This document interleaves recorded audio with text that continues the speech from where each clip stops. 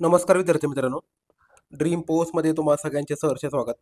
आज आपण महाराष्ट्राचा आर्थिक पाणी अहवाल याचा पुढचा टॉपिक पाहणार आहोत.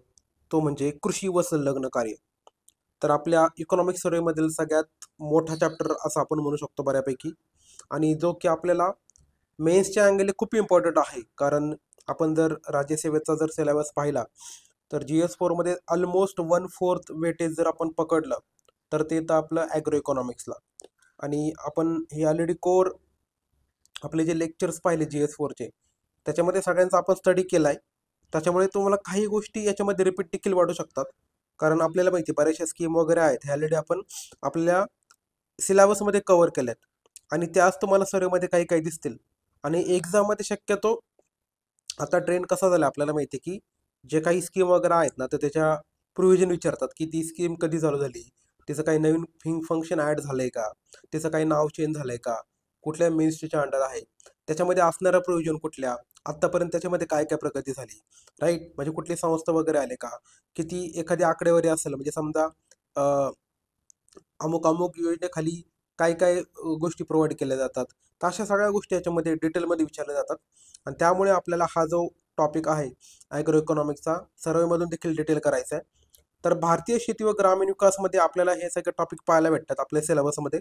तसंच आपण जर खाली आलो तर बघा, कृषीमध्ये आपल्याला राष्ट्रीय अर्थव्यवस्थेमध्ये शेतीचे महत्त्व आणि ग्रामीण कर्ज बाजारीपणाची समस्या, हे सगळ्या गोष्टी आपण सगळ्याच गोष्टी या सर्वेमध्ये कव्हर करणार आहोत. तर सुरुवात करतोय आपण आपल्या सर्वेतील कृषी व संलग्न कार्य ह्या पर्टिक्युलर चॅप्टरला. जरा ग्रीन घेऊ थोडंसं, आपल्याला माहिती आहे ॲग्रिकल्चर ग्रीन रिव्हॉल्युशन झाले आपल्याकडं. चलो. तर आपल्या सगळ्यांना माहितीच आहे की भारत हा जो आहे हा कशा प्रकारचा देश आहे. भारत हा कसा प्रकारचा देश आहे, तो कृषी प्रधान, बरोबर.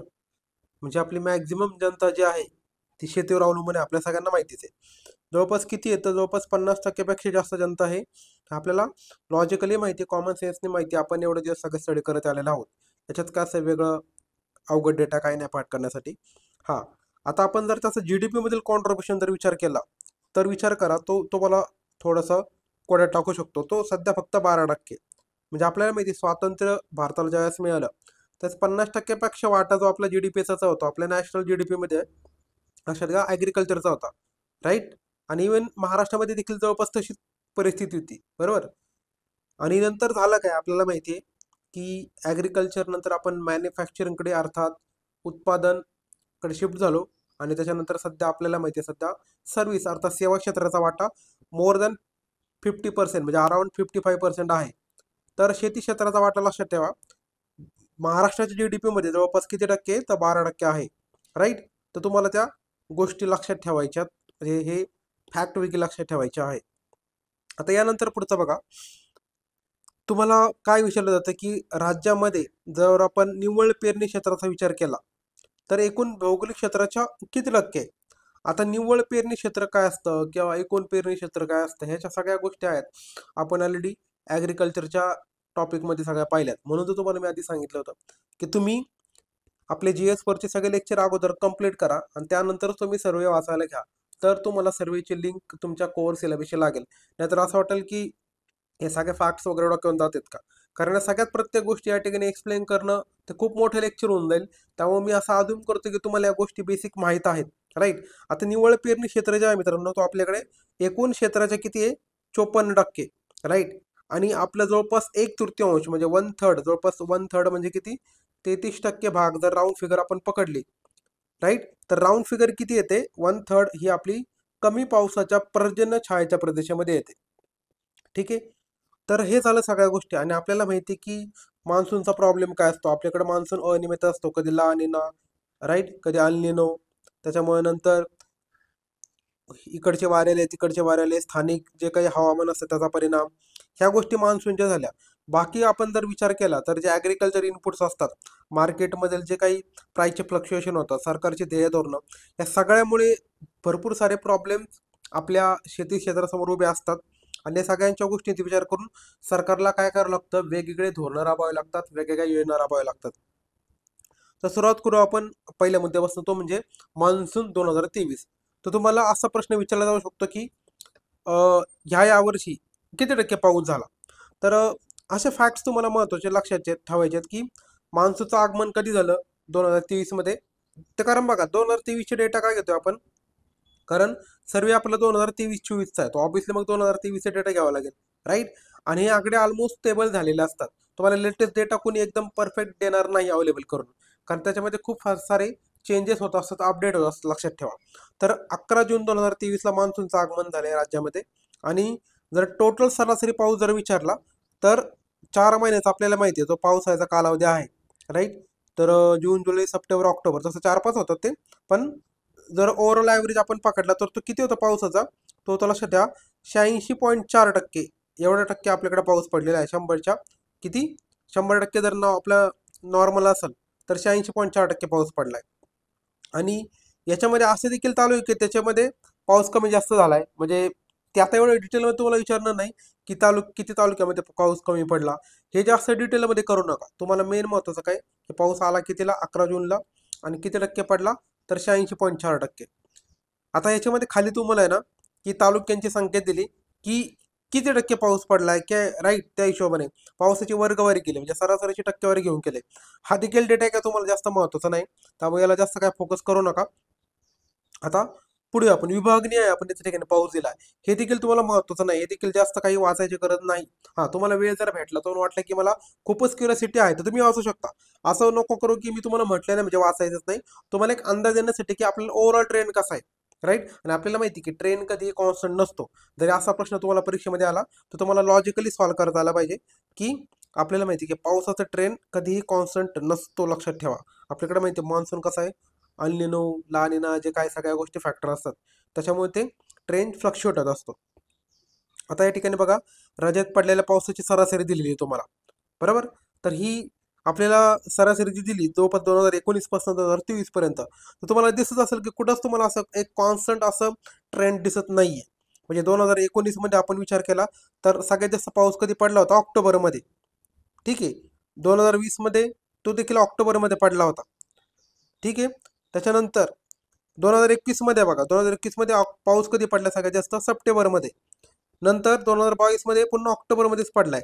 आणि 2023 मध्ये सगळ्यात जास्त पाऊस पडलाय जुलैमध्ये. म्हणून म्हटलं तुम्हाला की हा ट्रेंड जो आहे ना तो कॉन्स्टंट नाही. आता तुम्हाला लेटेस्टच लक्षात ठेवायचे, तर 23 लक्षात ठेवू शकता की सगळ्यात जास्त पाऊस पडला तो जुलैमध्ये, लक्षात ठेवा, ठीक आहे. जर याच्यामध्ये खूपच जास्त लक्षात ठेवायचं असेल तर. आता हे तुम्हाला सगळं दिलं, हे काही जास्त महत्त्वाचं नाहीये. आपण सुरुवात करू आता पुढच्या टॉपिकला, तो म्हणजे वहिती खातेदार, लक्षात ठेवा. वहिती खातेदार. आता वहिती खातेदार ह्या सगळ्या गोष्टी आपण ऑलरेडी आपल्या चॅप्टरमध्ये कव्हर केलेल्या आहेत. म्हणजे तुम्ही जर हे फॅक्ट जर पाहिल्या तर आयाच्या फॅक्ट्स मी त्याच्यामध्ये दिलेले आहेत. या सर्वेमध्ये पुन्हा तुम्हाला रिपीट झालेले दिसतील. तर पहिली कृषी गणना आपण कधी केली होती, लक्षात ठेवा, ॲग्रिकल्चर सेन्सस आपण त्याला म्हणतो. तर तुम्हाला सेन्सस वेगळ्या प्रकारच्या लक्षात ठेवावं लागतात. म्हणजे आपला ह्युमनचा पॉप्युलेशनचा सेन्सस वेगळा, ॲग्रिकल्चरचा वेगळा, टायगरचा वेगळा, राईट. असे वेगवेगळे सेन्सस किंवा लाईफ स्टॉक सेन्सस वेगळा. तर हे सेन्सस विचारले जाऊ शकतात की किती वर्षांनी होतात, पहिला कधी झाला, लेटेस्ट कधी झाला, मग त्याची आकडेवारी किती. तर पहिली कृषी गणना लक्षात ठेवा कधी झाली होती, तर 70-71 मध्ये झाली होती. आणि आत्ता लेटेस्ट जर आपण विचार केली तर 15-16 मध्ये झालेली आहे, ठीक आहे. तर हे महत्त्वाची आकडेवारी तुम्हाला. आता तुम्हाला एक याच्यामधली फॅक्ट आपल्याला सेग्रेगेट करायचे बघा. तर 70-71 साली आपल्याकडं किती वहिती खातेदार होते, तर 0.5 म्हणजे काय, जवळपास अर्धा कोटी एवढे वहिती खातेदार होते. आणि आता त्यांची संख्या किती झाली, तर ती झाली 1.53 कोटी, ठीक आहे. म्हणजे आपण कम्पेअर करतोय स्टार्टिंगचा आणि लेटेस्टवाला. 0.5चं झाले 1.53, म्हणजे ऑलमोस्ट किती वाढले, तर 3 पट झाले, लक्षात घ्या. म्हणजे बघा ना, अर्धाचा 3 पट किती होत आहे, तर 1.5, राईट. तर जवळपास 3 पट झाले, आपण 3x म्हणतो या ठिकाणी. त्यानंतर आता वैयक्तिक खात्याचे जे सरासरी क्षेत्र असतं, तर सरासरी क्षेत्र त्यावेळेस किती होतं, ते होतं, लक्षात ठेवा. वरच एक मग एक वर फॅक्ट मिस झाली, पहिली आपली झाली, आपण दुसरी पाहतोय. एकूण क्षेत्र किती होतं वैयक्तिक क्षेत्र, ते होतं, लक्षात घ्या, त्यावेळेस 2.12 कोटी हेक्टर. किती, 2.12 कोटी हेक्टर होतं. आणि आता लेटेस्टमध्ये किती झालंय, तर ते कमी झाले, ते 2.05 कोटी हेक्टर. आता याच्या पाठीमागचं तुम्हाला मी लॉजिक सांगतो. तर लॉजिक याचं काय, लक्षात ठेवा. आपल्याला माहिती आहे की शेतीचं काय होतंय, पहिली गोष्ट तुकडीकरण होते. तुकडीकरण होते ना. दुसरी गोष्ट म्हणजे आपल्याकडे लँडचं काय होतं ना, डायव्हर्जन होतं. डायव्हर्जन म्हणजे लोक पहिल्यांदा शेती करायचे, आता काय करतात लोक, शेती विकून देतात.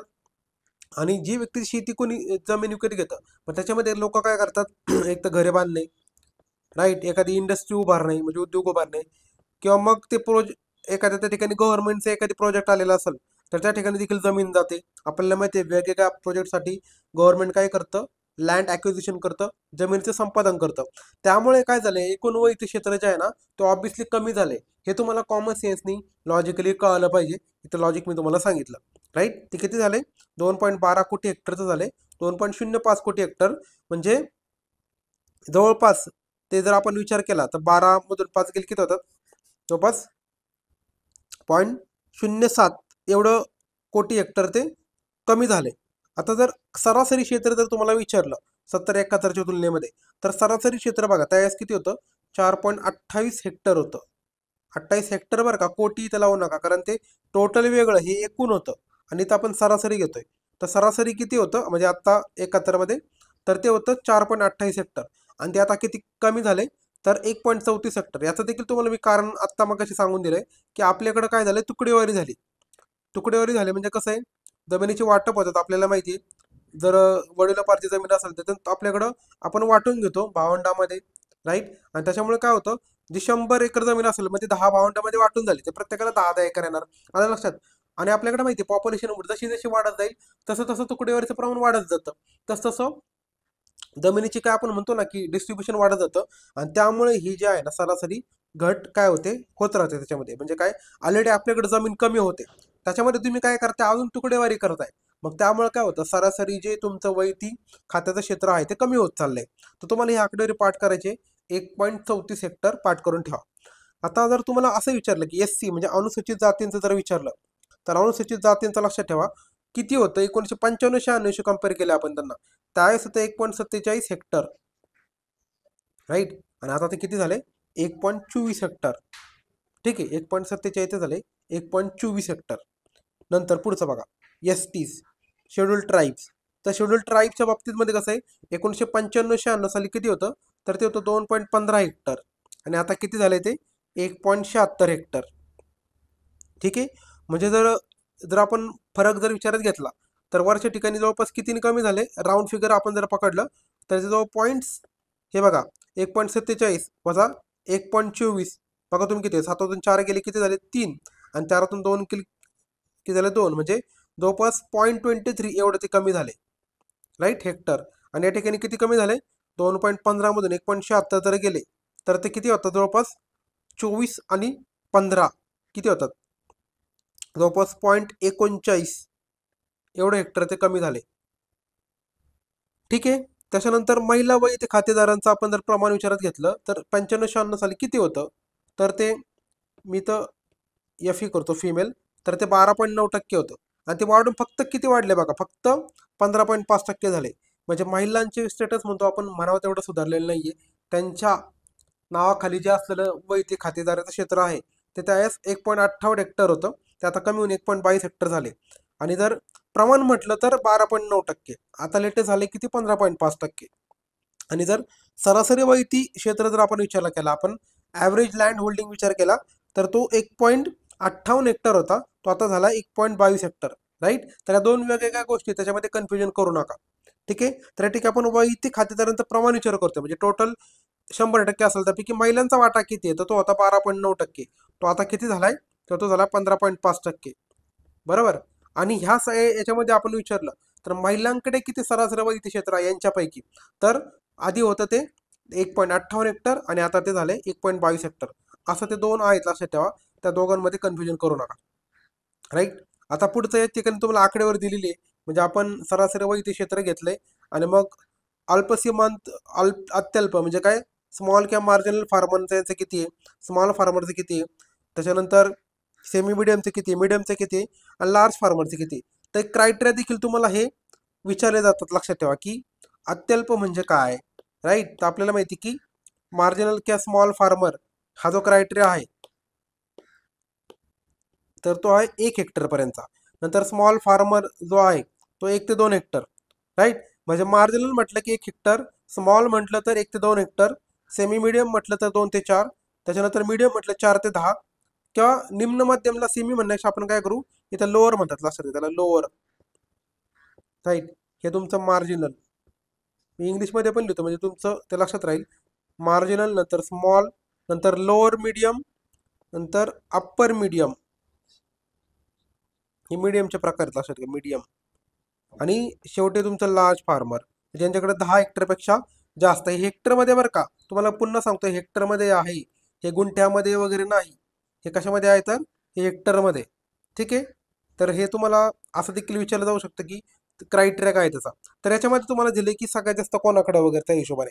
तर तुम्हाला जर ओव्हरऑल जर आपण गोष्टी पाहिला, हे सगळ्या गोष्टी आपण आपल्या बुकमध्ये आपण कव्हर केलेल्या आहेत, की आपल्याला माहिती की अत्यल्प किंवा स्मॉल फार्मर यांची संख्या जास्त आहे, पण त्यांच्या जर आपण तुलनेत विचार केला तर त्यांच्याकडे जमिनीची संख्या कमी, लक्षात ठेवा. आणि ते जर आपण मिडियम आणि लार्ज फार्मरचा विचार केला तर त्यांची संख्या कमी कंपॅरेटिव्हली, पण त्यांच्याकडे असणारं जमिनीचं प्रमाण कसं जास्त आहे.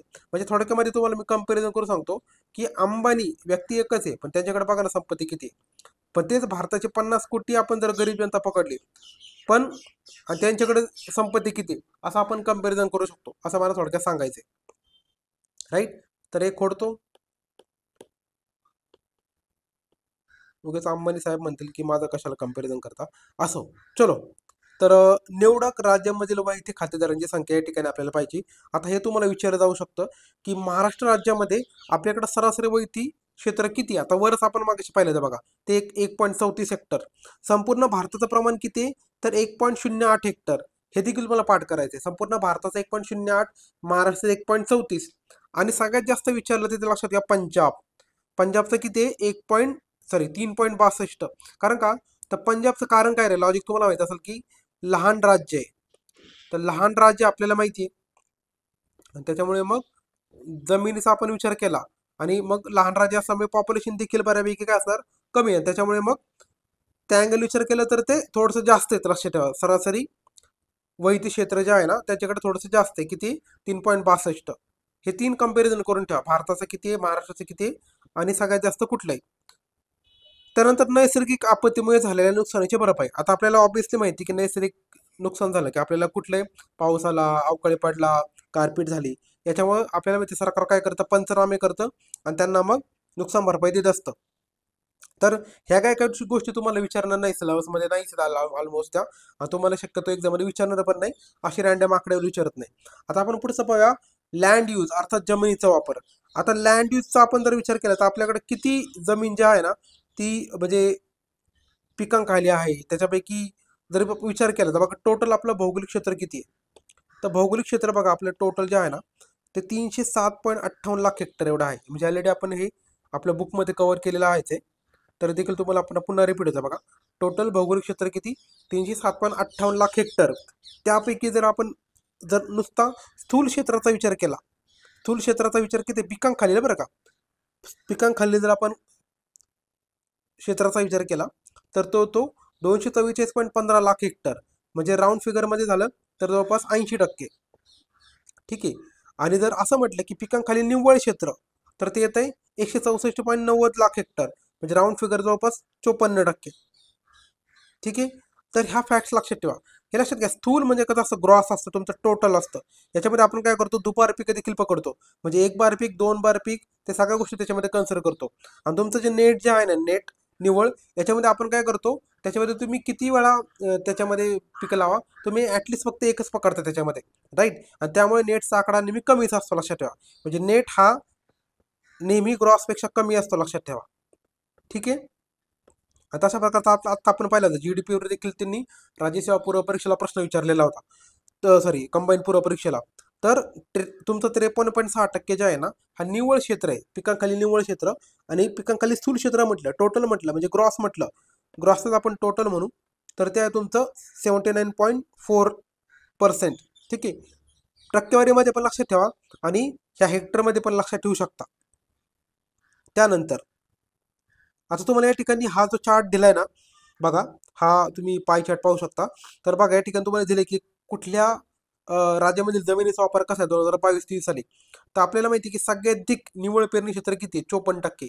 ही फॅक्ट खूप महत्वाची आहे, लक्षात ठेवा. राईट. नंतर वनांखालील क्षेत्र किती आपल्याकडं, तर 17%. ठीक आहे, वनाखालील क्षेत्र किती आहे 17%. तिसरा क्रमांक कोणाचा लागतोय, तर लागवडीसाठी उपलब्ध नसलेली जमीन, ही वाटा किती येतोय 12%. नंतर येतो पडीत जमिनीचा 8%.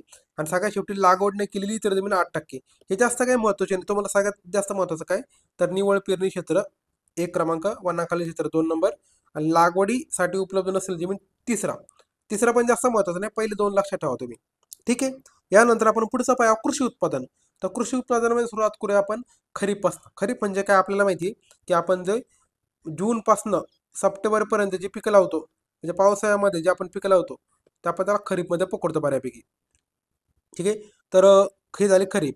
आणि रबी म्हणजे काय, तर तुमचं ऑक्टोबरपासून पुढच्या तुम्ही कालावधीसाठी, तर ऑक्टोबरपासून उन्हाळा येईपर्यंत तुमच्या जवळपास आपण मार्च पकडूया. ठीक आहे.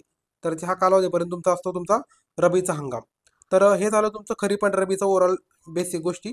आता यांचं बघा, तुम्हाला उत्पादन विचारू शकतात की खरीप क्षेत्रामध्ये, राईट, तर कुठल्या गोष्टींचं उत्पादन किती होतंय, तर एकूण तृणधान्याचं उत्पादन जे आहे ना मित्रांनो, आपल्याला 22-23 आकड्यावर पाहिजे. कारण का, तर 23-24ची आकड्यावर जे आहे ना, ही अस्थायी आहे, म्हणजे काय अनस्टेबल आहे, कम्प्लीट नाही, अपडेटेड नाहीये. त्यामुळे तुम्हाला एक्झाममध्ये विचारताना देखील प्रश्न 22-23वरच शक्यतो विचारतील, 23-24चा विचारणार नाही. तर तांदूळाचा बघा उत्पादन किती आहे, तर 3496.43. आता हे आकड्यावर अशीच आहे का, तुम्हाला बघा युनिट किती दिलंय, 1000 मेट्रिक टन, तुम्हाला याला गुणिले 1000 करायचं आहे, म्हणजे एवढीच आकड्यावर आहे का ते नाही. राईट. तर तसंच तुम्ही सगळीकडेच 1000ने गुणायचे, मग तुम्हाला ते अंदाज येईल. हा, पण तुम्ही राऊंड फिगरसाठी तेवढं लक्षात ठेवू शकता, तर तुम्हाला ते युनिट लक्षात राहत असेल तर. ठीक आहे. आता तुम्ही निवांत याच्यामध्ये मल्टिप्लिकेशन करू शकता. ते मल्टिप्लिकेशन जास्त महत्वाचं आहे, तुम्हाला आकडेवारी लक्षात ठेवणं महत्वाचं आहे. बघा, जर खरीपमध्ये आपण विचार केला तर सगळ्यात जास्त कुठलं पीक येतं, तर तांदूळ. आपल्याला माहिती तांदूळाला काय लागतो सगळ्यात जास्त, पाऊस. आणि त्यामुळे मग हे ऑब्विसली आपल्याला माहिती आहे पीक कुठलं असणार आहे तृणधान्यामध्ये, तर तांदूळ असणार आहे. किती तुम्हाला आकडे दिसते त्याच्यामध्ये. नंतर आपण जर कडधान्याचा विचार केला, कडधान्यामध्ये 1 नंबर कोणाचा लागतोय, तर तूरचा लागतोय. ठीक आहे. तर तूरचा किती आहे तुम्हाला आकडे येते त्या ठिकाणी दिलेले आहे 859.11. ठीक आहे. त्यानंतर एकूण अन्नधान्य, एकूण अन्नधान्याची आपण जर वर्ष सगळ्यांची बेरीज केली तर ती किती येते, तर बघा एकूण अन्नधान्य वेगळे आणि एकूण कडधान्य वेगळं. तर कडधान्य आपण आता ऑलरेडी वर पाहिलेत, तर एकूण अन्नधान्य इज इक्वल टू काय, तर तुमचं एकूण तृणधान्य प्लस एकूण कडधान्य. बघा दोघांची बेरीज होती का नाही बऱ्यापैकी 8, राईट. म्हणजे 6917 आणि 1346 टोटल किती आली, तर ही. बरोबर. तुम्हाला ह्या गोष्टी कम्पेअर करू शकता, 1 2.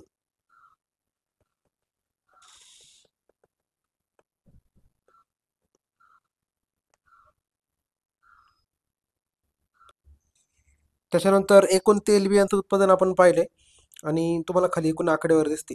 आता एवढी काही आकडेवारी जास्त इम्पॉर्टंट वाटत नाही बाकीची, राईट. तुम्हाला महत्त्वाच्या गोष्टी सांगितल्या की ओव्हरऑल जर तृणधान्यामध्ये विचारलं तर तांदूळ आपल्याला कॉमन सेन्सच्या लक्षात राहील. तृणधान्यामध्ये फक्त लक्षात ठेवा की तांदूळ आहे, नंतर कडधान्यामध्ये आहे तूर आहे, नंतर एकूण अन्नधान्याचं उत्पादन तुम्हाला सांगितलंय, नंतर खाली तेलबियांमध्ये सोयाबीन आहे, आणि खाली एकूण तेलबियाचं उत्पादन सांगितलंय. असंच आपल्याला रब्बीचं देखील करायचं. रब्बीचं तुम्हाला मी सांगितलं होतं हंगाम ऑक्टोबर ते बऱ्यापैकी मार्च. आणि या ठिकाणी आपण पाहतोय की रब्बीमध्ये सगळ्यात जास्त तृणधान्य कुठलं आहे, तर गहू. आता हे देखील कॉमन सेन्स आहे बघा, या ठिकाणी तांदूळ येईल का, नाही. त्या तांदूळ आपल्याला माहिती आहे खरीप पीक आहे, तांदळाला पाणी भरपूर लागतं, तशी माती लागते, वातावरण तसं लागतं. गहू आपल्याला माहिती आहे गव्हाला थंडी लागते, राईट. तर हे जर बेसिक गोष्ट तुम्हाला माहिती असेल, राईट. गहू आपल्याकडे मोस्टली कुठं पिकतं, तर युपी, पंजाब, हरियाणा या ठिकाणी, त्या ठिकाणी थंडी लागत असते. आणि आपल्याकडं एवढं जास्त प्रमाणात आपण गहू करत नाही. बाकी कंपेरिझन नाही बरं का, असं म्हणत नाही की मी करतच नाही, पण नॉर्थच्या तुलनेमध्ये आपल्याकडं जे म्हणतो ना, जे वातावरण पोषक म्हणतो तसं नाहीये. आपल्याकडे नॉर्थमध्ये खूप जास्त वातावरण पोषक असतं, थंड हवामान त्याला लागतं, आपल्याला माहिती आहे नंतरच्या कालावधीमध्ये. तर हे जे आहे त्या सगळ्या गोष्टी त्याच्यामध्ये येतात, त्यामुळे मग आपण गव्हाला 1 नंबर पकडू शकतो. तर हे झालं गव्हाचं, म्हणजे काय तृणधान्यामध्ये विचारलं तर गहू. त्याच्यानंतर पुढचं जे आहे ते कडधान्य. कडधान्यामध्ये बघा हरभरा जे आहे ना त्याचा पहिला क्रमांक लागतोय. त्या ठिकाणी तुम्हाला आकडेवारी दिलेली आहे. गव्हाचं तुम्हाला सांगितले की किती उत्पादन 2301 गुणिले इकडे 1000 करा. त्याच्यानंतर हरभराचा 2974 गुणिले 1000 करा. आणि आपण याच्यामध्ये जर तेलबियांचं विचारलं तर करडईचा पहिला क्रमांक लागतोय. करडईचं किती 23.98 गुणिले 1000. तर बघा वर तुम्ही कंपॅरिझन करू शकता. वर रबीमध्ये काय होतं, तृणधान्य कुठलं पहिल्या क्रमांकावर होतं तर तांदूळ होतं. इकडे रबीमध्ये कुठले गहू आहे. वर कडधान्यामध्ये पहिला क्रमांक कोणाचा होता तर तूरचा होता. या ठिकाणी हरभऱ्याचा आहे. नंतर वर खरीपमध्ये तेलबियामध्ये कोणाचा पहिला क्रमांक होता सोयाबीनचा होता. या ठिकाणी कुठले तर करडई. असं देखील तुम्ही कंपॅरिझन करू शकता. ठीक आहे. त्यानंतर आता उन्हाळी पिकं शक्यतो आपल्याला माहिती आहे जवळपास शेवटच्या 2-3 महिन्यामध्ये ज्या ठिकाणी सिंचन उपलब्ध असतं तर सिंचन असेल तर तुम्ही काय करू शकता त्या ठिकाणी अशा प्रकारची पिकं घेऊ शकता. जवळपास मार्चपासून ते मे पर्यंत त्या ठिकाणी अशी पिकं घेता. ठीक आहे. आता हे निरोग प्रमाण याचं काही जास्त प्रमाण नसतं. तर सगळ्यात जास्त आपण विचार केला तर कुठल्या प्रकारचे आपण पिकं घेतो तर ते काही एक सेकंद हां तर ते झालं. आता या ठिकाणी आपण खाली एक चार्ट दिलाय की काही ठराविक राज्य घेतलेत तर तिघांची आपण काय केली सरासरी उत्पादकता पाहतोय. सगळ्यात जास्त तुम्हाला उत्पादकता विचारली टोटल बरं का पूर्ण हंगामामधली तर सगळ्यात जास्त उत्पादकता कुठली आहे तर लक्षात ठेवा तुमची गुजरातची तेलबियामध्ये तुम्हाला दिसते. ठीक आहे. त्यानंतर आपण जर पुढचं पाहूया जर तृणधान्यामध्ये विचारलं तर पंजाबची तुम्हाला उत्पादकता जास्त दिसते. म्हणजे जर गुजरात म्हटलं तर तेलबियामध्ये पहिल्यांदा आहे उत्पादकता. त्याच जर आपण महाराष्ट्र कम्पेअर केलं तर गुजरातची 2088 किलोग्रॅम पर हेक्टर म्हणजे प्रति हेक्टर आपण किती काढतो गुजरातमध्ये 2088 किलोग्रॅम एवढं तेलबिया काढतो. तेच महाराष्ट्रामध्ये प्रमाण किती 1315. राईट. गुजरात पहिला क्रमांक तेलबियामध्ये. त्यानंतर तृणधान्यामध्ये बघा तृणधान्यामध्ये पहिला क्रमांक कोणाचा आहे पंजाबचा आहे. ठीक आहे. किती 4459 किलोग्राम पर हेक्टर. तेच महाराष्ट्रामध्ये प्रमाण किती ते 1793. त्यानंतर पुढचं बघा कडधान्याच्या बाबतीमध्ये तुम्हाला कोण दिसतं पहिल्या क्रमांक महाराष्ट्रच त्या ठिकाणी पहिलं दिसतंय. म्हणजे ओव्हरऑल प्रोडक्टिव्हिटी आपण पाहिले ते किलोग्राम पर हेक्टरच्या भाषेमध्ये आपण मोजतो प्रोडक्टिव्हिटी. तर प्रत्येक हेक्टरमध्ये आपण किती किलोग्राम काढतो तर सगळ्यात जास्त प्रोडक्टिव्हिटी आहे ते महाराष्ट्राची 952 किलोग्राम पर हेक्टर. कापसामध्ये बघा कापसामध्ये पहिला नंबर कोणाचा राजस्थानचा आहे आणि महाराष्ट्राचा किती आकडेवारी तर 341 किलोग्राम पर हेक्टर एवढा आहे. सगळ्यात जास्त कोणाची राजस्थानची 604. आणि ऊसाचं बघा सगळ्यात जास्त जे प्रोडक्टिव्हिटी आहे ती तामिळनाडूची. महाराष्ट्राची किती तर 94 मेट्रिक टन पर हेक्टर. लक्षात हेक्टरमध्ये 1 किलोग्राममध्ये नाही कारण ऊस आपल्याला माहिती जड असतो त्याच्यामध्ये मेट्रिक टनमध्ये आपण मोजतो. त्यामुळे सगळ्यात जास्त आहे ती तामिळनाडूची आहे. एवढं ॲटलिस्ट लक्षात ठेवा. बाकीचं काही जास्त करायची गरज नाही. आता राज्यामध्ये प्रति हेक्टर उत्पादन कशाचं किती या ठिकाणी आकडेवर दिलेले हे तुम्ही चार्ट निवडून वाचू शकता. वर ऑलरेडी दिलेले आपण तोच खाली वेगळ्या स्वरूपात दिलाय त्यामुळे ते पुन्हा रिपीट करायची गरज नाही. आता यानंतर आपण पुढचा टॉपिक पाहूया तो म्हणजे फलोत्पादन. ठीक आहे. वर आपण काय पाहिलं तर आपण पिके पाहिलं बघा उन्हाळी पिके खरीप पिके बरोबर का हे सगळे आपण पिकांचे प्रकार पाहिले. आता आपण पुढचा टॉपिक पाहूया तो म्हणजे कुठला तर फलोत्पादन. आता फलोत्पादनामध्ये बघा तुम्हाला काय विचारलं जाऊ शकतो तर 23-24 मध्ये किती लाख हेक्टर आपल्याकडे होतं म्हणजे पिकांखाली जर विचार केला फलोत्पादन बरं का टोटल बाकीचे नाही म्हणत मी तुम्हाला. फलोत्पादनामध्ये 21.17 लाख हेक्टर एवढं आपलं पिकांखाली होतं. आता त्याच्यामध्ये घट झाली एकूण टोटल घट किती झाली ते 5.4% घट झाली. आता त्याला कारण वेगळी जाऊ शकतात तर दरवेळेस घट होईलच असं नाही तो क्रम देखील चढता उतरता असू शकतो. तर 23-24 मध्ये मागच्या वर्षीची तुलनेत 5.4 म्हणजे जवळपास राऊंड फिगर तुम्ही 5.5% घट झालेली आहे. तर तुम्हाला प्रश्न विचारलाच कुठला बघा सगळ्यात जास्त क्षेत्र कुठल्या पिकाखाली होतं हा प्रश्न मागच्या वर्षी त्यांनी विचारलेला होता. तर सगळ्यात जास्त कुठल्या पिकाखाली आहे तर आंबा आहे. लक्षात ठेवा आंबा PYQ हा आंबा पिकाखाली सगळ्यात जास्त क्षेत्र आहे 1.69 हेक्टर. आता हे काय आकडेवारी पाठ करायची जास्त गरज नाही. तुम्हाला विचारतात क्रम तर आंबा लक्षात ठेवा 1.69 लाख हेक्टर एवढं जर लक्षात ठेवलं तरी सफिशियंट आहे. पहिला क्रमांक लागतोय आंब्याचा. दुसरा क्रमांक लागतोय संत्रीचा किंवा मँड्रिनचा. तिसरा क्रमांक लागतोय द्राक्षाचा. त्यानंतर क्रमांक लागतोय केळीचा. त्यानंतर क्रमांक लागतोय मोसंबीचा. ठीक आहे. असं तुम्हाला लक्षात ठेवता येईल. आंबा संत्री द्राक्ष केळी आणि मोसंबी असा तो सगळा क्रमांक आहे. राईट. हे बघा, आंबा, आपण इंग्लिशमध्ये सगळे घेऊ, एक सेकंड. आंबा, संत्रे. आता मी द्राक्ष, केळी आणि मोसंबी, ठीक आहे, ASDKM असं काहीतरी तुम्हाला करता येईल. तुम्ही तुमच्या अंगाला लक्षात ठेवा. आणि जर कॉमन सेन्स लक्षात ठेवायचं तर आपल्याला माहिती आहे आंबा आपल्याला माहिती आहे फळांचा राजा आहे, राजा. त्याच्यामुळे असं ते की तुम्ही लॉजिकली लक्षात ठेवू शकता. ठीक आहे. तर हे झालं आंब्याच्या बाबतीमध्ये. आता पुढचं बघूया आपण, फलोत्पादन पिकांखालील क्षेत्र आणि उत्पादन.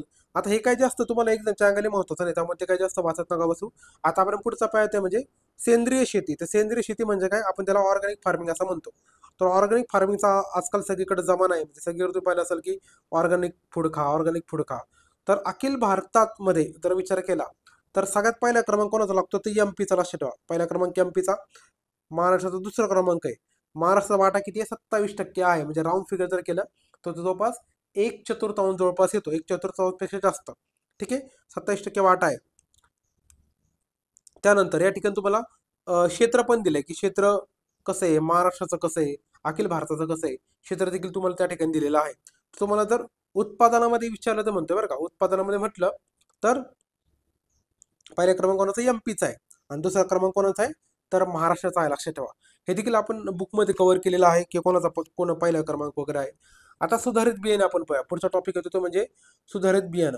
आता बियाणं काय महत्वाचं आपल्याला माहिती आहे, बियाणंच नाही लावलं तर पीक कुठून येणार ना. तर महत्वाच्या कुठल्या कंपन्या आहेत आपल्याकडे, म्हणजे सार्वजनिक क्षेत्रामधील काय महत्वाच्या कंपन्या आहेत ज्या काय करत असतात, ह्या बियाणाचं उत्पादन करत असतात. त्यापैकी महत्वाचे म्हणजे महाबीज, त्यालाच फुलफॉर्म काय, महाराष्ट्र राज्य बियाणे महामंडळ. आणि दुसरी तुमची राष्ट्र बीज निगम. ठीक आहे, ह्या दोन महत्वाच्या कंपन्या आहेत, महाबीज आणि राष्ट्र बीज निगम. तर या ठिकाणी चार्ट दिलाय तुम्हाला की खरीप आणि रब्बी हंगामासाठी कुठल्या कंपनीने वितरण केलंय. तर सगळ्यात जास्त तुम्हाला दिसत असेल की खाजगी क्षेत्राचा वाटा सगळ्यात जास्त आहे. आणि 2 नंबर लागतो तो सार्वजनिक क्षेत्राचा. तर खाजगी क्षेत्राचा वाटा बघून घ्या, 22 मध्ये किती होता राऊंड फिगर मध्ये, तर तो क्विंटल मध्ये 1000 क्विंटल याला गुणायचं. म्हणजे याला पुन्हा आपण राऊंड फिगर करताना म्हणजे आकडेवारी मोजताना याला गुणिले 1000 करायचं आहे. ठीक आहे, तुम्ही फक्त हे आकडे लक्षात ठेवा आधीचे 1000 दिवस मानून घ्या त्या ठिकाणी. तर एकूण जे आहे ते 2926 एवढं आहे. त्यापैकी खाजगीचा वाटा बघा किती, 2474. आणि सार्वजनिकचा वाटा किती, तर 452 एवढं त्या ठिकाणी ते आहे. तर म्हणजे खाजगीचा वाटा कमी आहे, सॉरी खाजगीचा वाटा जास्त आहे, असं देखील तुम्हाला विचारलं जाऊ शकतो. खाजगी इज ग्रेटर दॅन सार्वजनिक. सरकारी म्हणून आपण सार्वजनिक म्हणूया, कारण पब्लिक कंपन्या असतात. सरकार काही स्वतः कंपनी चालवते का नाही, तर त्या पब्लिक ऑब्विसली सरकारचा कंट्रोल असतो, पण त्याला आपण पब्लिक अंडरटेकिंग असं म्हणतो. त्याच्यानंतर खते आणि कीटकनाशक. पुढचा टॉपिक येतो तो म्हणजे आपलं काय, तर फर्टिलायझर आणि पेस्टिसाइड्स. तर आपल्याकडे मेन पिकं कुठले आहेत आपल्या सगळ्यांना माहिती, NPK हे खूप महत्वाचे पीक आहेत. NPK हे तुम्ही तुमच्यापैकी कोणी शेतकरी असेल त्यांना माहिती असेल. NPK आपण ऑलमोस्ट सगळीकडे टाकत राहतो. ठीक आहे, तर रासायनिक खतांचा वापर तुम्हाला एक्झामला विचारला जातो की 22-23 मध्ये बघा, 22-23 मध्ये आपला वापर किती होता, हे लाख मेट्रिक टन मध्ये बरं का, 64.73 लाख टन एवढं आपलं 2022-23 मध्ये रासायनिक खतांचा वापर होता. ठीक आहे, म्हणजे खरीपचं किती, रब्बीचं किती. खरीपमध्ये ऑब्विसली जास्त असणार आहे, कारण का आपल्याला माहिती खरीपमध्ये पाऊस जास्त पडतो, तर खरीपमध्ये कॉमन सेन्स लक्षात ठेवा ऑब्विसली जास्तच असणार आहे. पण टोटल किती आहे, 64.73 लाख मेट्रिक टन, लक्षात ठेवा लाख मेट्रिक टन एवढं आहे. आता जर आपण ट्रेंड जर पाहिला तर बघा, तुम्हाला ट्रेंड देखील असा काय कॉन्सेप्ट नाहीये. म्हणजे 19-20 मध्ये आपण पाहिला तर तो 113 होता, त्याच्यानंतर 20-21 मध्ये 129 होता, नंतर तो कमी झाला, तो अजून कमी झाला, मग 23-24 मध्ये 108.4 तो आहे. तर ही आकडेवारी फ्लक्च्युएट होत असते. तर 102 जो होता तो 22-23 मध्ये होता, आणि 108.4 जो आहे तो 23-24 मध्ये आहे. ठीक आहे, त्यानंतर आता कीटकनाशकांचा वापर आपण पहा. हे पहिलं आपण वरचा पहिला खतांचा वापर. आता कीटकनाशकांचा बघा, कीटकनाशकामध्ये देखील 2 प्रकारचे, का तुमचं रासायनिक आणि दुसरे जैविक, राईट, केमिकल आणि बायो फर्टिलायझर सॉरी पेस्टिसाइड्स. तर आपण 22-23 आकडेवारी विचारात घेऊया. तर प्रति हेक्टर वापर रासायनिक खतांचा किती होता, तर 3.96 किलोग्राम, लक्षात ठेवा एवढा रासायनिक खतांचा वापर होता आपल्याकडे प्रति हेक्टर. आणि ते जर आपण जैविक खतांचा सॉरी जैविक कीटकनाशकांचा आपण विचार केला तर तो होता 10.51 किलोग्राम प्रति हेक्टर. म्हणजे आपल्याकडं जैविकची तुम्हाला बऱ्यापैकी जास्त दिसते, किती 10.51 किलोग्राम प्रति हेक्टर, आणि केमिकलचे किती 3.96 किलोग्राम प्रति हेक्टर आपण कीटकनाशक वापरलेले आहेत. ठीक आहे. त्यानंतर पुढच्या या ठिकाणी नत्र स्फुरद पालाशांचा आपण विभागावर वापर दिला, म्हणजे काही NPKचा आपण ओव्हरऑल आपण कुठल्या विभागामध्ये आपण वापर जास्त करतो. आता तुम्ही जर 22-23 आकडे आपण घेऊया, कारण कसं आहे ना 23-24 आकड्यावर थोडीशी एक्सपेक्टेड म्हटले, आपल्याला कॉन्स्टंट आकडेवर कुठली 22-23ची. तर टोटलमध्ये बघा सगळ्यात जास्त वाटा कोणाचा आहे, तर ऑब्विसली नत्रचा आहे, म्हणजे काय नायट्रोजनचा आहे. 2 नंबर कोणाचा आहे, तर स्फुरदचा आहे, राईट. 3 नंबर तुमचा पालाचा आहे. ठीक आहे. तर स्फुरद म्हणजे तुमचं सल्फर, ठीक आहे. पालाश म्हणजे काय तुमचं पोटॅशियम. तर 2 नंबर आता तुमचं सल्फर, सॉरी चुकून सल्फर बोललो मी,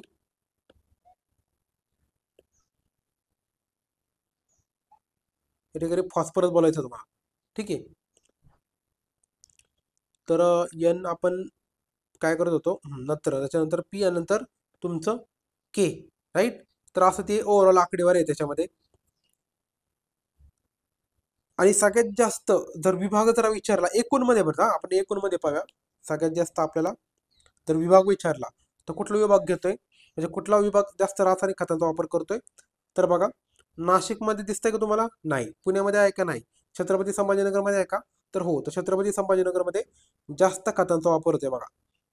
किती 7,862. आता आकडेवारी पाठ करायची गरज नाही, फक्त क्रमांक काय जर विचारलं तर छत्रपती संभाजीनगर 1 नंबरला आहे, 2 नंबर आहे नाशिक, 3 नंबर आहे पुणे. हे असं तुम्ही ऍटलिस्ट लक्षात ठेवू शकता. छत्रपती संभाजीनगर 1 नंबरला आहे. त्याच्यानंतर सिंचनाचा आपण पुढचा टॉपिक पाहूया, सिंचन. तर सिंचन म्हणजे काय, आपण शेत जमिनीला जे पाणी देतो, पीक काढण्यासाठी आपण जे पाणी देतो. आता दरवेळेस पाऊस पडेल त्याची गॅरंटी नाही ना, त्याच्यावर तुम्हाला काहीतरी सिंचन उपलब्ध असणं गरजेचं आहे. मग ते कुठल्या प्रकारचे सिंचन असो, म्हणजे मोकाट सिंचन असो, ठिबक सिंचन असो, तुषार सिंचन असो. तर सिंचन क्षेत्र महाराष्ट्रामध्ये किती आहे, तर 2022-23 मध्ये आपल्याकडे किती होतं, तर ते होतं 42.33 लाख हेक्टर. किती, 42.33 लाख हेक्टर एवढं आपलं सिंचित क्षेत्र होतं. आता या ठिकाणी तुम्हाला खाली किती प्रकल्पांची पूर्ण झाली त्याची संख्या दिली, म्हणजे मोठे किती, मध्यम किती, लघु किती, एकूण किती. तर ओव्हरऑल आपण सांगितले की एवढं आपल्याकडं 42.33 लाख हेक्टर जे आहे ना, एवढं सिंचित क्षेत्र, हे देखील पाठ करून ठेवा. विचारू शकतात की महाराष्ट्रामध्ये 22-23 मध्ये किती लाख हेक्टर सिंचित क्षेत्र होतं. तुम्हाला गणवण्यासाठी असं काहीतरी आकडेवर देतील रँडम, तर ते महत्त्वाच्या आकडेवारी लक्षात ठेवा. त्यामध्ये जर मोठे मध्यम प्रकल्प विचार केला तर त्यांचा क्रमांक ऑब्विसली जास्त असणार आहे, आणि लघु यांचा क्रमांक कमी आहे. हे देखील तुम्हाला कॉमन सेन्स कळून जाईल. आता लघु सिंचन प्रकल्पाची संख्या ठिकाणी दिलेली आहे, तर तेवढं काही महत्त्वाचं मला वाटत नाही. तर तुम्ही जस्ट तुम्ही वर एक ओव्हरलॅप करून घ्या. आता जलाशयामधील साठा बघा, तर जलाशयामधील साठा कसा असणार आहे पाण्याचा, एकूण जलसाठा आपण जर विचार केला तर 15 ऑक्टोबर 2022 रोजी तो होता किती, तर 34,485 दशलक्ष घनमीटर एवढा तो पाण्याचा साठा होता, राईट. आपल्याला सिंचन लागतं म्हणजे तेवढं पाणी साठा मेंटेन करणं देखील गरजेचं आहे. तर 34,000 राऊंड फिगर केला तर तुम्हाला याला 35K करतो. तुम्हाला लक्षात ठेवायचं ना, याला 35K करा, राऊंड फिगर 35K दशलक्ष घनमीटर लक्षात ठेवा. एवढं ते होतं दशलक्ष घनमीटर, राईट. म्हणजेच काय, मिलियन क्युबिक फीट. असा पाणी वापर संस्था म्हणजे काय, याला आपण इंग्लिशमध्ये वॉटर यूज एजन्सीज किंवा ऑर्गनायझेशन, वॉटर यूज एजन्सी किंवा वॉटर यूज ऑर्गनायझेशन. आता ह्या संस्था ज्या आहेत ना, यांचं काम काय बघा, शेतकऱ्यांद्वारे सिंचन प्रणालीचे व्यवस्थापन करणे, राईट. या उद्देशाने आपण काय केलेलं आहे, तर वेगवेगळ्या वॉटर यूज एजन्सी स्थापन केलेल्या आहेत. तर एकूण किती आहेत, तर 2024 पर्यंत जवळपास 12,000 वॉटर यूज एजन्सी स्थापन झालेल्या होत्या. ठीक आहे. आणि महाराष्ट्राचा एक सेपरेट कायदा देखील आहे. तो कायदा कुठला आहे, तर शेतकऱ्यांकडनं आपण काय करतो, हे सिंचनाचं व्यवस्थापन करतो.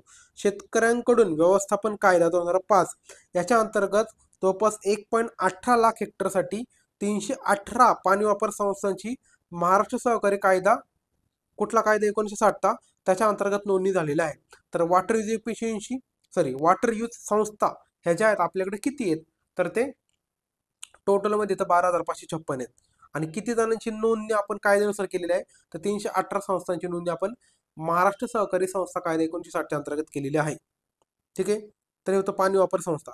आता पुढचा महत्वाचा फॅक्टर तो म्हणजे कृषी विद्युतीकरण. हे थोडक्यात कसं आहे, याच्यामध्ये ॲग्रिकल्चर मेकॅनायझेशन मध्ये बऱ्यापैकी येते ह्या गोष्टी. तर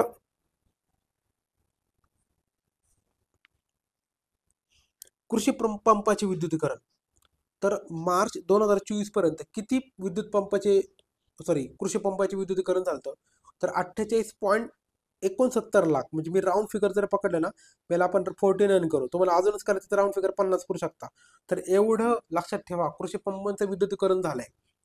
आणि टोटल पर्यंत म्हटलं बरं का आत्तापर्यंत, आणि जर नुसतं एका वर्षामध्ये म्हटलं तर ते किती येतं, 1,12,942 एका वर्षामध्ये येतं ते बऱ्यापैकी. आता काही स्कीम गव्हर्नमेंटने आणलेली कशासाठी, तर शेतकऱ्यांना काय करावं, ह्या कृषी पंपाचे विद्युतीकरण करण्यासाठी मदत देण्यात यावी. आता ते वेगवेगळ्या प्रकारच्या स्कीम आहेत. तर सगळ्यात महत्त्वाची स्कीम कुठली याच्यामध्ये, प्रधानमंत्री किसान ऊर्जा सुरक्षा व उत्थान महाअभियान. यालाच आपण मराठीमध्ये काय म्हणतो, प्रधानमंत्री किसान ऊर्जा सुरक्षा व उत्थान अभियान. तर ही जी स्कीम आहे मित्रांनो, तर 2019-20 ते 25-26 या कालावधीमध्ये राबवण्यात येते राज्यामध्ये. ठीक आहे. आणि ह्यालाच आपण शॉर्टमध्ये PM कुसुम असं म्हणतोय, सगळ्यांना माहिती आहे. आता याच्यामध्ये मेन महत्त्वाचं काय, तर आपण राज्यासाठी आपण 2 लाख एवढे ऑफ ग्रीड स्वतंत्र असे सोलार पंप म्हणतो ना आपण, ते मंजूर केलेत, म्हणजे ऑब्व्हियसली केंद्र सरकारने. त्याच्यामध्ये वेगवेगळ्या प्रकारचे पंप आहेत, 3 HP, 5 HP आणि 7.5 HP. तर 3, 5, 7.5 हे पण लक्षात ठेवा की ते 2 लाख केलेले आहेत. आणि जर ओव्हरऑल आपण विचार केला तर आतापर्यंत किती सौर पंप बसवलेत, तर मार्च 2024 पर्यंत जवळपास 2,04,163 एवढे आपण सौर कृषी पंप बसवलेले आहेत. ठीक आहे. आणि याच्यावर आजकाल ही जी स्कीम आहे ना, म्हणजे MPSC याच्यावर प्रश्न विचारते, त्याच्यामुळे पाठ करून ठेवा. तर 3 वेगवेगळ्या प्रकारचे हॉर्स पॉवर आहेत. आपल्याला माहिती की सेंटरची स्कीम आहे, त्याच्यामध्ये 2 लाख एवढे आपल्यासाठी मंजूर केलेले आहेत राज्यासाठी.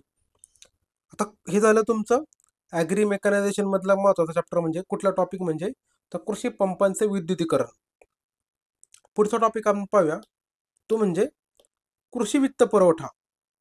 एक सेकंड, मी जरा ब्राईटनेस इन्क्रीज करतो. हां, तर कृषी वित्त पुरवठा. आता कृषी वित्त पुरवठामध्ये बघा,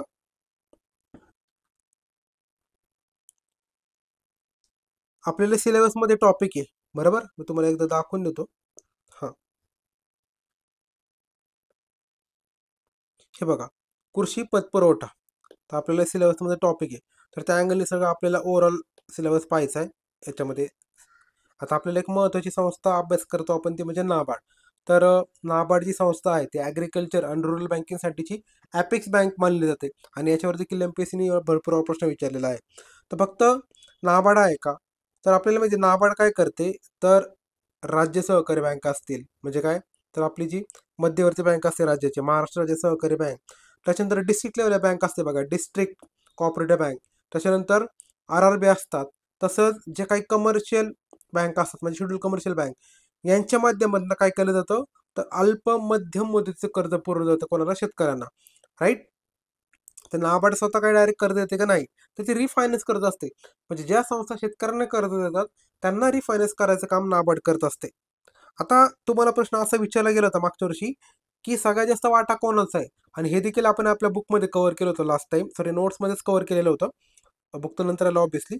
तर नोट्समध्ये कव्हर केलं होतं की सगळ्यात जास्त वाटा जो आहे तो अनुसूचित वाणिज्य बँकांचा. लक्षात ठेवा, कारण का, वाणिज्य बँकांचा उलाढाल खूप मोठी आहे, त्यांचं जाळं खूप मोठं आहे, आणि त्याच्यामुळे मग त्यांचा पहिला क्रमांक लागतो, लक्षात ठेवा. दुसरा क्रमांक लागतो या ठिकाणी तुम्हाला दिसत असेल, बघा तुम्हाला मी या ठिकाणी दाखवतो, एक सेकंद. हां, तर बघा, 2022-23 मध्ये बघा, 23-24 मध्ये दोन्ही आकडेवारी आपल्या ठिकाणी उपलब्ध आहे. राईट. आपण 23-24 जरी पकडली तर 1,22,855 कोटी एवढं त्या ठिकाणी काय झालेलं आहे, कृषी कर्जांचं वितरण झालेलं आहे. जर आपण दुसरा क्रमांक आपण पाहिला तर महाराष्ट्र राज्य सहकारी बँका आणि जिल्हा मध्यवर्ती सहकारी बँका, ह्या दोघांचा मिळून वाटा किती आहे, 25,976 कोटी. आणि तिसरा क्रमांक लागतो तुमचा RRB, 5,288 कोटी. तर पहिला क्रमांक तुम्हाला सांगितलं मी, ते पाठ करून ठेवा, कारण मागच्या वर्षी विचारलंय. त्यानंतर पुढचं पाहूया. आपल्याला माहिती की पॅक्स काय असतात, तर primary agriculture, right, cooperative societies असतात त्या. यांचं काम काय असतं, तर ग्रामीण भागात शेतकऱ्यांना पैसा किंवा अवजारांच्या स्वरूपात, राईट, जे काही त्यांना वस्तूंच्या स्वरूपात कर्ज लागते ते देण्याचं काम ते करत असतात, अल्प स्वरूपाचं कर्ज. हे ऑलरेडी आपण पॅक्सच्या डिटेलमध्ये माहितीमध्ये पाहिले. नंतर पुढची स्कीम आपण पाहूया याच्यामध्ये, ती म्हणजे कुठली, तर किसान क्रेडिट कार्ड योजना. तर किसान क्रेडिट कार्ड योजना आपण पाहूया. KCC आपण त्याला शॉर्टकटमध्ये होतं KCC. ठीक आहे. याच्यावर देखील मागच्या वर्षी प्रश्न विचारला होता. तर 22-23 मध्ये लक्षात ठेवा किती आपण क्रेडिट कार्डचं वितरण केलं 22-23 मध्ये. महाराष्ट्र राज्य सहकारी बँकेने 34.53 लाख एवढ्या KCCचं वितरण केलंय. ठीक आहे. आणि KCC याच्यामध्ये काय केलं जातं, तर शेतकऱ्यांना कर्ज भेटणं इझी होऊन जातं. जसं आपण नॉर्मल क्रेडिट कार्ड वापरून कर्ज घेतो ना, तशाच प्रकारे शेतकऱ्यांना देखील किसान क्रेडिट कार्डच्या माध्यमातून अशा प्रकारचं कर्ज भेटतं. आता त्याच्यामध्ये देखील भरपूर प्रकार आहेत. लघु मुदतीचे कर्ज, दीर्घ मुदतीचे कर्ज, बरोबर. आता तुम्हाला हे प्रश्न विचारू शकतो की KCC साठी कुठली कमिटी होती, कुठल्या कमिटीच्या रिकमेंडेशन आलं, मग ती स्कीम कधी आली, त्याच्यामध्ये काही चेंजेस झालेत का, आलं लक्षात. हे ऑलरेडी आपण डिटेलमध्ये आपल्या कोर लेक्चरमध्ये कव्हर केले. आता पुढचा टॉपिक पाहतो म्हणजे पीक विमा आणि पीक जी विमा, आणि दुसरं ते म्हणजे आर्थिक सहाय्य. आता लोकांना आपल्याला माहिती आहे, लोकांना म्हणजे शेतकऱ्यांना कुठे एखादं संकट आलं, गारपीट झाली, पाऊस जास्त झाला, राईट, दुष्काळ पडला, ह्या सगळ्या गोष्टीमुळे काय होतं, पिकांचं नुकसान होतं. म्हणजे कीड पडली, नैसर्गिक आपत आली, या सगळ्या गोष्टीमुळे शेतकऱ्यांना आर्थिक सहाय्य देण्यासाठी ही स्कीम आपण कधीपासून राबवते, तर 2016 पासून राज्यात राबवते. प्रधानमंत्री पीक विमा योजना, लक्षात ठेवा. म्हणजे प्रधानमंत्री फसल बीमा योजना आपण त्याला म्हणतो. प्रधानमंत्री फसल बीमा योजना, राईट, PMFBY 2016 पासून आपण राबवते. याच्यामध्ये काय केलं जातं, तर शेतकऱ्यांना जनरली 1.5%, राईट, 2%, 5% अशा वेगवेगळ्या प्रकारचे प्रीमियम भरावं लागतात. तर कमाल 5% एवढा प्रीमियम भरावा लागतो. आणि मग राहिलेली रक्कम कोण भरतं, तर शासन भरते. तर शासन काय करते, 2023-24 पासून सर्वसमावेशक पीक विमा आपण राबवते. कधीपासून, 24 पासून सर्वसमावेशक पीक विमा योजना राबवते. याच्यामध्ये काय करावं लागतं, शेतकरी काय करू शकतात, पीक विमा पोर्टल म्हणजे फसल विमा पोर्टलवर नोंदणी करायची आणि प्रीमियम म्हणून फक्त ₹1 भरून योजनेमध्ये सहभागी होऊ शकतात. फक्त ₹1, लक्षात ठेवा. ₹1 भरून त्या योजनेमध्ये सहभागी होऊ शकतात. असं ते ओव्हरऑल प्रधानमंत्री फसल बीमा योजना आहे. आणि याच्यामध्ये काही चेंजेस झालेत लेटेस्टमध्ये, हे ऑलरेडी आपण लेक्चरमध्ये कव्हर केलेलं आहे. तुम्ही ते एकदा लेक्चरमध्ये डिटेल पाहून घ्या पुन्हा एकदा, राईट. तर हे सर्वेचे अँगल आहे, तुम्हाला सांगायचं होतं की तुम्हाला असं जर प्रश्न विचारला होता की प्रधानमंत्री फसल बीमा योजना, तर राज्यामध्ये आपण कधीपासून राबवते, 16 पासून, आणि 23-24 पासून आपण सर्वसमावेशक पीक योजना राबवते. तर त्याच्यामध्ये मग शेतकऱ्यांना ₹1 भरून या स्कीममध्ये सहभाग केलं जाऊ शकतं. तर 16ची स्कीम पाठ करून ठेवा, कारण आजकाल इयर विचारतात. आता पुढची स्कीम आहे ते म्हणजे हवामानावर आधारित फळ पीक विमा योजना, right, weather based crop insurance scheme आपण त्याला म्हणू शकतो.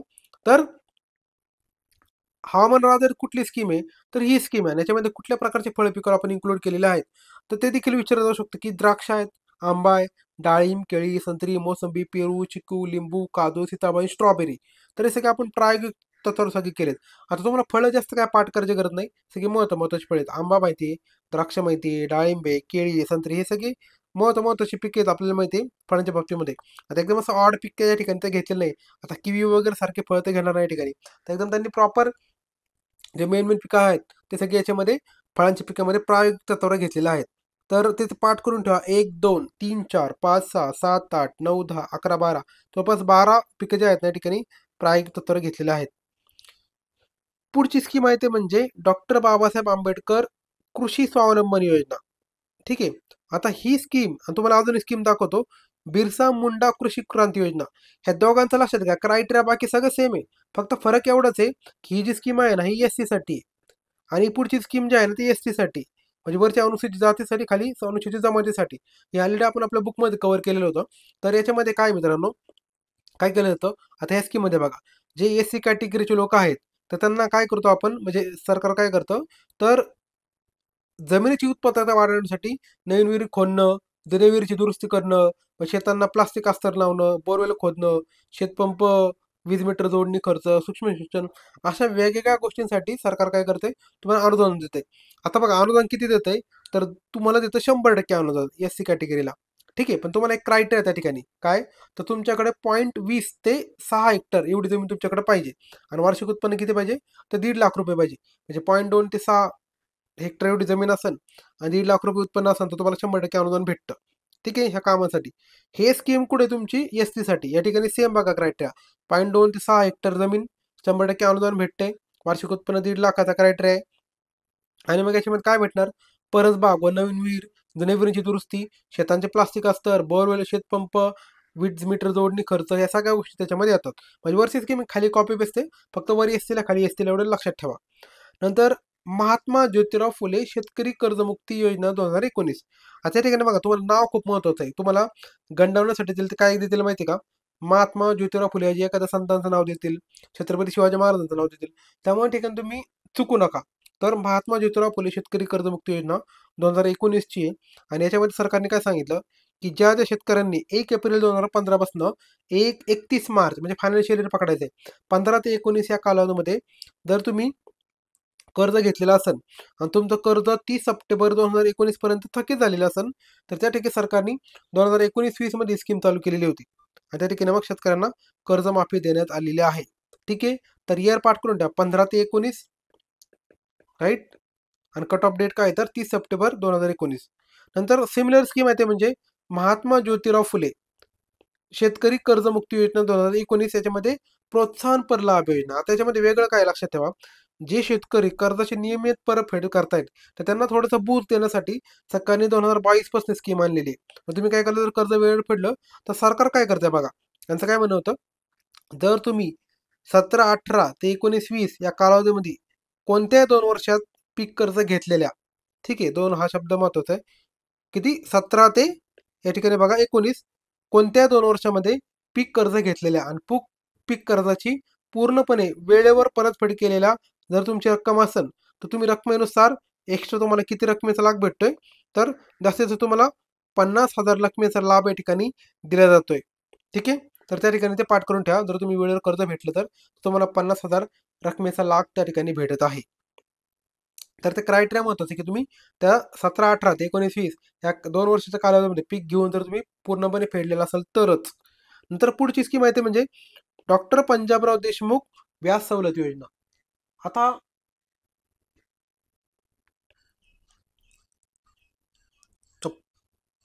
डॉक्टर पंजाबराव देशमुख व्याज सवलत योजना.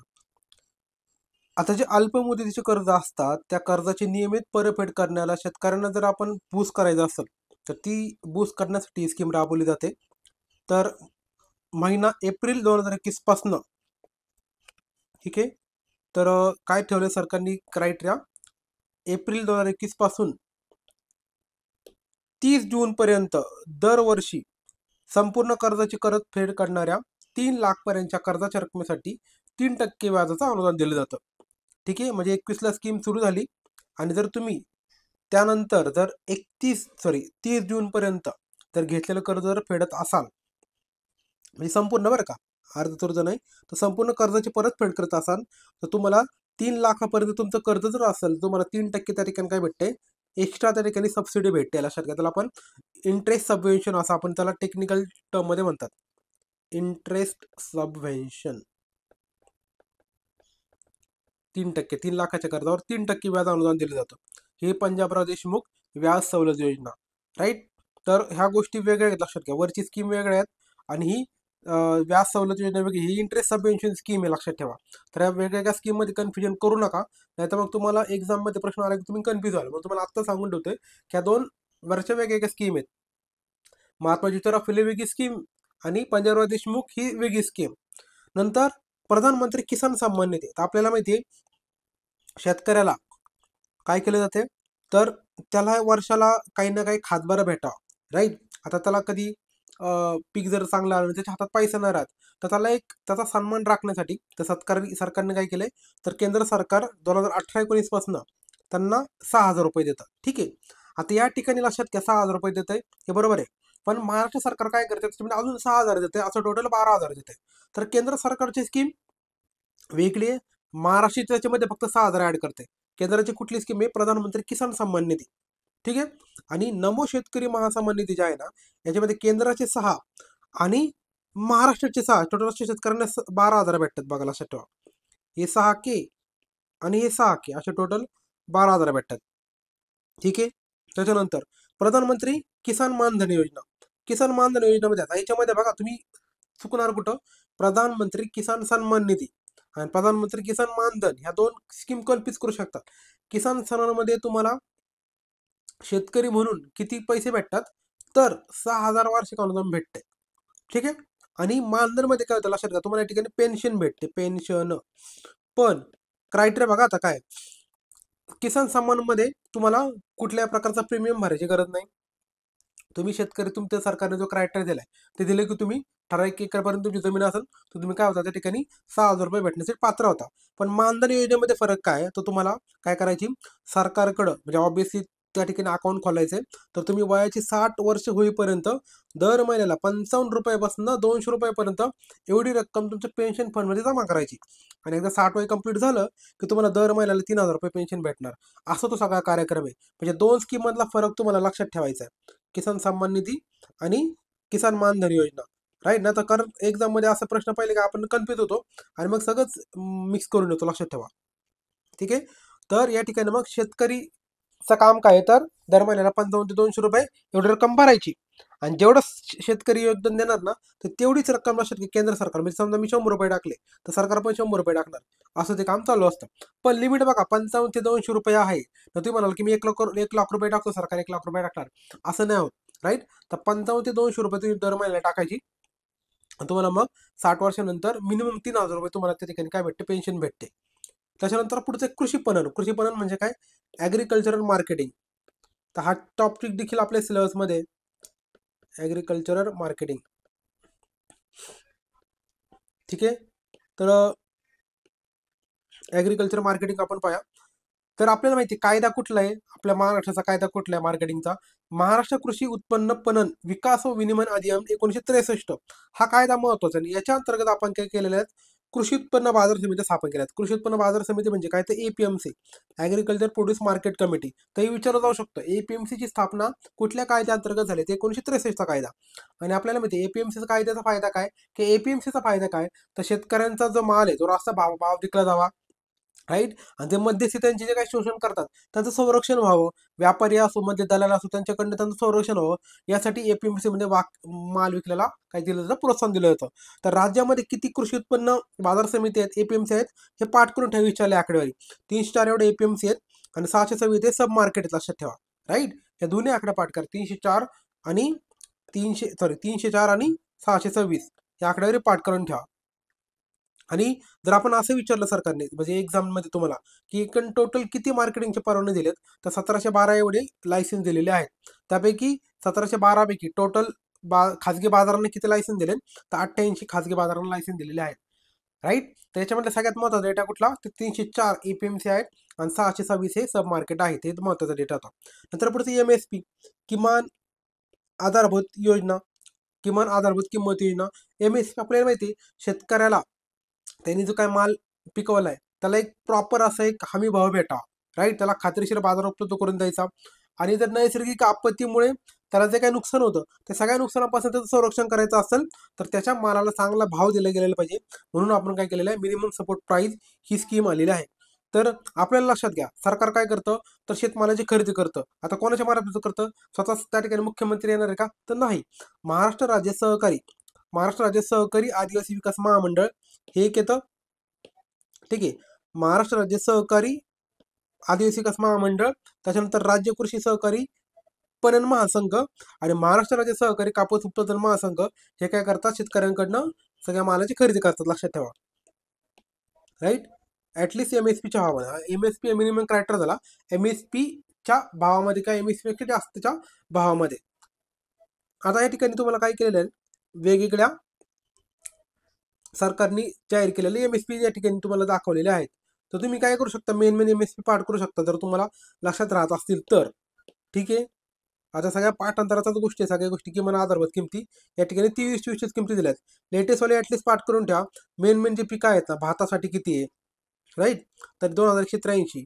भात धान प्रत नंतर ज्वारीमध्ये पण 2 आहेत. संकरित मालदांडी, संकरितसाठी 3180 आहे. राईट. मालदांडीसाठी 3225 आहे, म्हणजे मालदांडी चांगली असं तुम्ही समजू शकता. राईट. गव्हासाठी किती, 2125 आहे. मकासाठी किती, 2090 आहे. बाजरीसाठी किती, 2500. खाली मग जर आपण पाहिलं तर सूर्यफुलासाठी किती, 6760. ठीक आहे. सोयाबीनसाठी किती, 4600. त्याच्यानंतर कापसामध्ये पण 2 आहेत, मध्यम धागा, लांब धागा. राईट. 6620 मध्यम धागा, लांब धागासाठी 7020. बरोबर आलं लक्षात. त्याच्यामुळे ह्या गोष्टी तुम्हाला बाकीच्या लक्षात ठेवाव्या लागतील. नंतर खाली करडई, नाचणी आहे. एवढं सगळं पाठ करायची गरज नाही, तुम्ही मेन वाचू शकता. तरी झाले तुमचे वेगवेगळ्या गोष्टींसाठी असणारे एमएसपी. या ठिकाणी तुम्हाला ऊस दिलाय का रे, ऊस दिलेला नाही, कारण का ऊससाठी आपण काय करतो, ऊसासाठी जे असते ती आपली FRP असते, राईट. FRP असते, त्याला MSP नसते. ठीक आहे. तुम्ही हे महत्वाचे तुम्ही काय करा, MSP पाठ करून ठेवा. आता पुढचे महत्वाचे आपण माहिती पाहिजे म्हणजे ई नाम, लक्षात घ्या.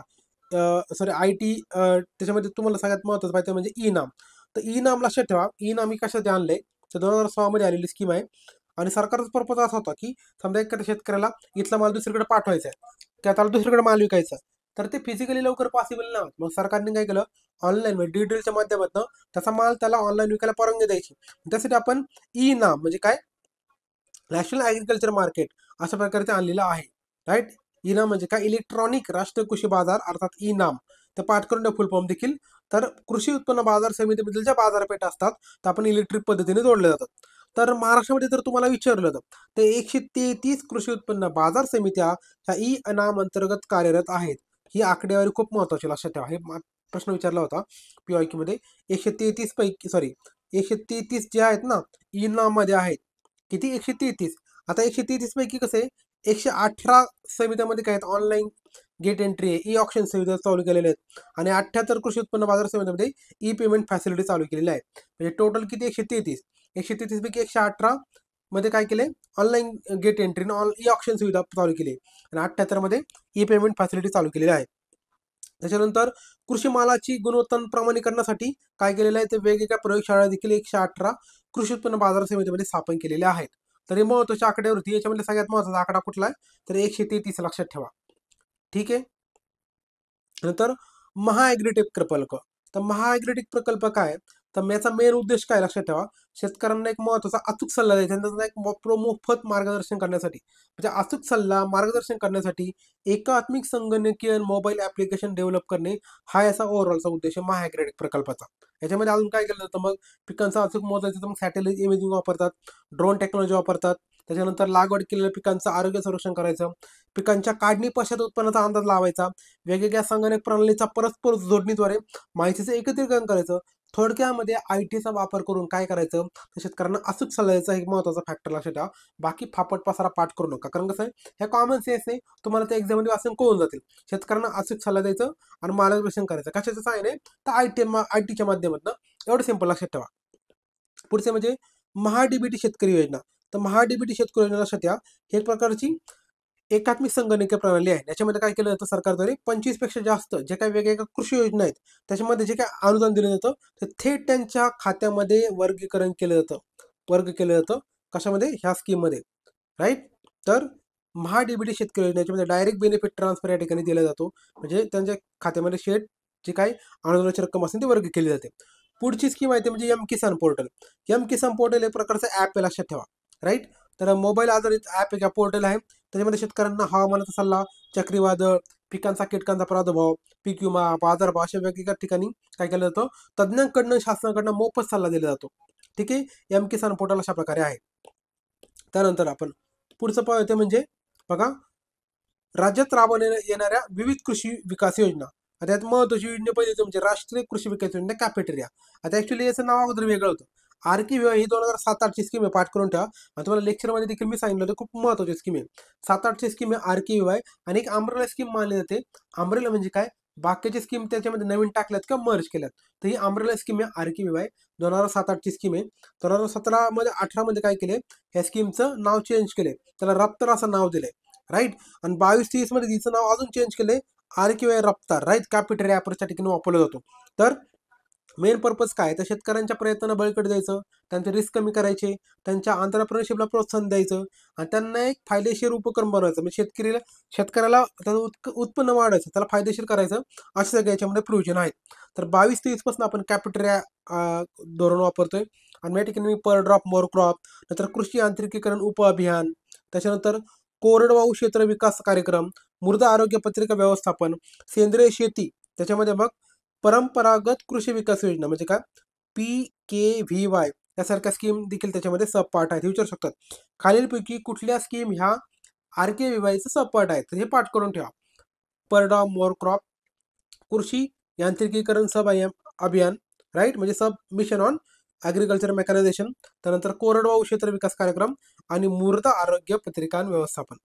नंतर पुढची स्कीम आहे ते म्हणजे प्रधानमंत्री कृषी सिंचाई योजना प्रतिथेंब अधिक पीक म्हणजे पर ड्रॉप मोर क्रॉप.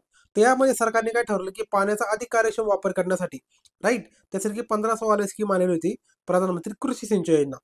प्रधानमंत्री कृषी सिंचाई योजना, PMKSY असं त्याला म्हणतात, लक्षात ठेवा. शॉर्टकटमध्ये देखील पाठ करून ठेवा, आजकाल विचारलं होतं शॉर्टकट फुल फुल शॉर्टकट त्याचा फुल फॉर्म काय असेल ते.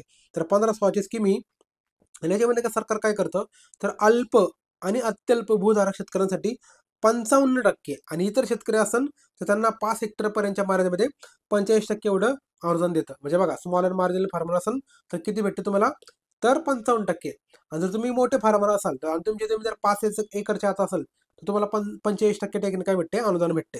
हे पाठ करून ठेवा. नंतर मुख्यमंत्री, आता या ठिकाणी तुम्हाला शेतकऱ्यासाठी अनुदान भेटू शकतं, सिंचनासाठी अनुदान भेटू शकतं, लक्षात घ्या.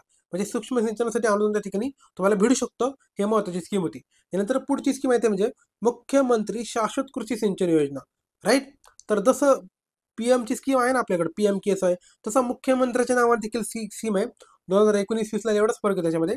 तर याच्यामध्ये काय केलं जातं, तर राष्ट्रीय कृषी विकास योजना पर ड्रॉप मोर क्रॉप या योजनेअंतर्गत जे काही अनुदान असतं, बरोबर का, तर त्या व्यतिरिक्त अत्यल्प आणि अल्प भूधारक शेतकऱ्यांना 25% पूरक अनुदान आणि इतरांना 30% अनुदान या ठिकाणी दिलं जातं, राईट. म्हणजे वर तुम्हाला भेटते ऑलरेडी किती, 55% आणि 45%, आणि खाली किती भेटते तुम्हाला बघा, 55%, 45% भेटत होतं. या ठिकाणी तुम्हाला एक्स्ट्रा किती भेटते, 25% आणि प्लस 30%.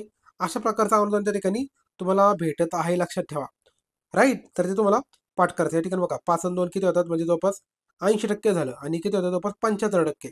तर अशा प्रकारे तुम्हाला ओव्हरऑल अनुदान भेटू शकतं. कशासाठी, तर सिंचनासाठी. ठीक आहे. तर हे झाल्या वेगवेगळ्या स्कीम. आता या ठिकाणी बघा, कृषी यांत्रिकीकरण उपअभियान पाहूया. म्हणजे काय, submission on agriculture mechanisation. Submission आहे, लक्षात घ्या, एक प्रकारचं सबमिशन आहे. कशामधलं, तर ॲग्री मेकॅनायझेशन. तर आपल्याला माहिती आहे की ॲग्रिकल्चर मेकॅनायझेशन खूप महत्त्वाचं आहे. कशासाठी, तर उत्पादकता वाढवण्यासाठी.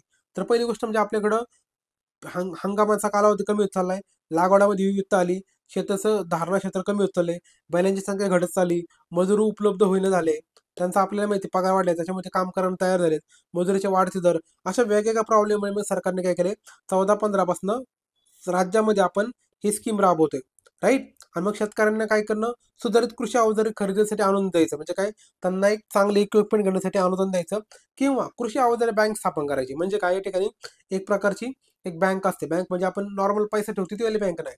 तर अशी असं लक्षात ठेवा की ज्या ठिकाणी सरकारने काय केलेलं असतं, तर तुम्हाला अवजारे भाड्याने भेटू शकतात. म्हणजे तासाच्या बेसिसवर म्हणा, दिवसाच्या बेसिसवर तुम्हाला त्या ठिकाणी काय करू शकता, तुम्हाला पूर्ण ट्रॅक्टर विकत घ्यायची गरज नाही. तुम्ही तासाच्या बेसिसवर तुमच्या शेतामध्ये नांगराला घेऊन जाऊ शकतात.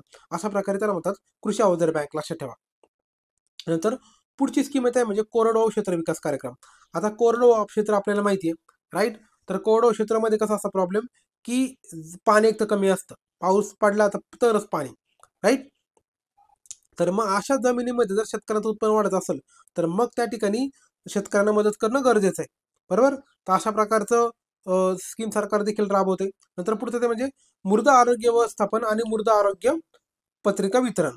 तर या ठिकाणी काय, सॉईल हेल्थ असणार, सॉईलची हेल्थ महत्वाची. तुम्हाला शेताला पाणी द्यायचंय, शेताला खत द्यायचंय, तर शेतामध्ये ऑलरेडी बघा ना पाणी किती आहे, खत किती, तर तुम्ही त्याला खत द्या, बरोबर, तर त्याचा फायदा होईल. मग त्यासाठी सरकारनं काय केलंय, तर 32 काय केल्यात, सॉईल टेस्टिंग लॅबोरेटरी चालू केलेल्या आहेत, आणि 5 काय केल्यात, खत नमुना चाचणी प्रयोगशाळा चालू केल्यात. म्हणजे काय, सॉईल टेस्टिंगचे 32 अधिक 5 अशा वेगवेगळ्या तुमच्या लॅबोरेटरीज चालू केलेल्या आहेत, जेणेकरून काय, शेतकरी जे योग्य खताला जे खत लागेल तेच ते पाणी त्या ठिकाणी देऊ शकतो. आणि 3 वर्षातनं एकदा काय होतं, त्या ठिकाणी त्यांना सॉईल हेल्थ कार्डचं वाटप होतं. 2022-23 मध्ये, लक्षात ठेवा, जवळपास 2.6 लाख एवढ्या सॉईल हेल्थ कार्डचं वितरण झालेलं आहे.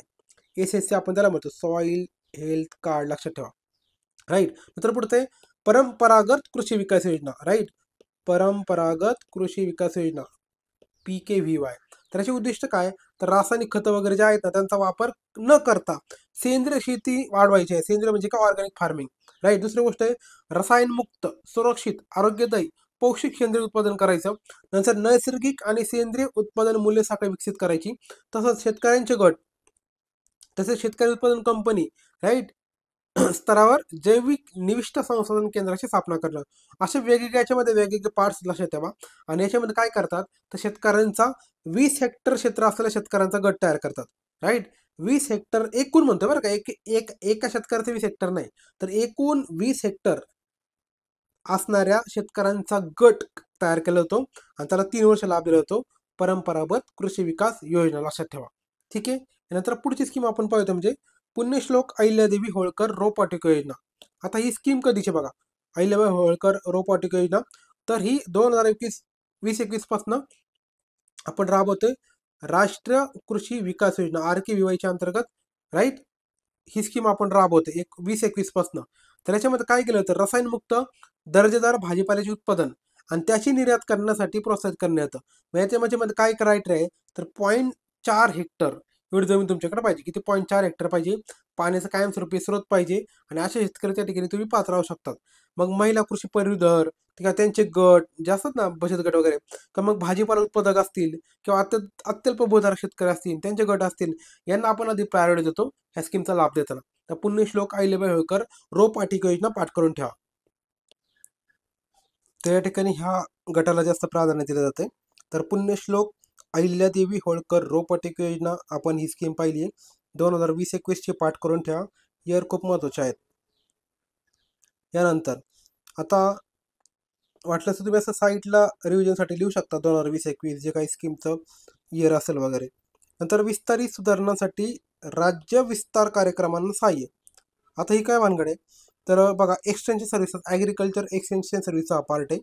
तर आपल्याकडं आत्मा म्हणजे आपला माणसाचा आत्मा नाही बरं का, तर कृषी तंत्रज्ञान व्यवस्थापन संस्था म्हणजे काय, ॲग्रिकल्चर टेक्नॉलॉजी मॅनेजमेंट एजन्सी असं त्याला शॉर्ट फॉर्म आत्मा होतं. तर ह्या माध्यमातून काय केलं होतं तर शेतकऱ्यांपर्यंत वेगवेगळ्या टेक्नॉलॉजीचा, तंत्रज्ञानाचा प्रसार करायचा आणि त्यांना काय करायचं, शेतकऱ्यांना काय करायचं, मॉडर्नाइज करायचं. आता तर कुठल्या माध्यमातून तर त्यांना ट्रेनिंग द्यायचं, त्यांना प्रात्यक्षिक दाखवायचं, त्यांच्या वर्कशॉप घ्यायच्या, प्रदर्शनात भेटीला द्यायच्या, प्रदर्शनं भरवायची, शेतकऱ्याचे ग्रुप तयार करायचे, राईट, त्याचं कॅपॅसिटी बिल्डिंग करायची म्हणजे क्षमता वृद्धी करायची, शेती शाळा, शेतकरी गोष्टी, कृषी प्रदर्शनं, शेतकरी मेळावा, शेतकरी मित्र, अशा वेगवेगळ्या माध्यमातून काय करायचं ते शेतकऱ्यांपर्यंत ह्या सगळ्या तंत्रज्ञानाचा प्रसार करायचा आहे. ठीक आहे. एवढं तुम्ही फक्त त्याचं योजनेचं उद्दिष्ट लक्षात ठेवा, बाकी काही त्याच्यामध्ये जास्त महत्त्वाचं नाहीये. नंतर आता अन्न आणि पोषण सुरक्षा म्हणजे काय, फूड अँड न्यूट्रिशन सिक्युरिटी. तर आपल्याला माहिती की आपण फूड अँड न्यूट्रिशन सिक्युरिटीसाठी तर तांदूळ, गहू, डाळी, तृणधान्य, पौष्टिक तृणधान्य, भरडधान्य आणि तेलबियांच्या याच्यामध्ये वाढ करणं हे आपण महत्त्वाचं उद्दिष्ट आहे. त्याला आपण नॅशनल फूड सिक्युरिटी मिशन असं पूर्वीचं नाव होतं. काय होतं? National food security mission, right. आणि सध्या त्याचं नाव काय दिलंय, अन्न व पोषण सुरक्षा अभियान. लक्षात घ्या, असं नाव फक्त चेंज झालंय. आधी काय होतं, नॅशनल फूड सिक्युरिटी मिशन अर्थात राष्ट्रीय अन्न सुरक्षा अभियान होतं. आता त्याचं नाव चेंज होऊन झालंय अन्न व पोषण सुरक्षा अभियान.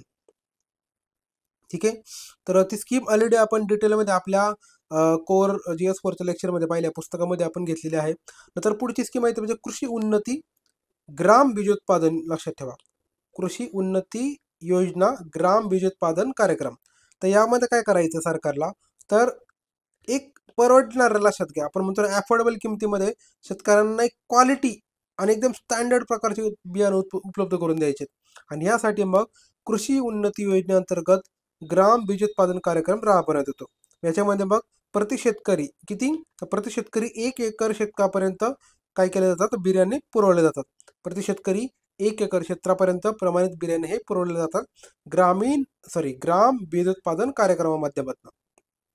नंतर पुढचं आहे पीक कीटक सर्वेक्षण. आता बघा पुढची स्कीम कुठली, पीक कीटक सर्वेक्षण सल्लागार उर्फ क्रॉपसॅप.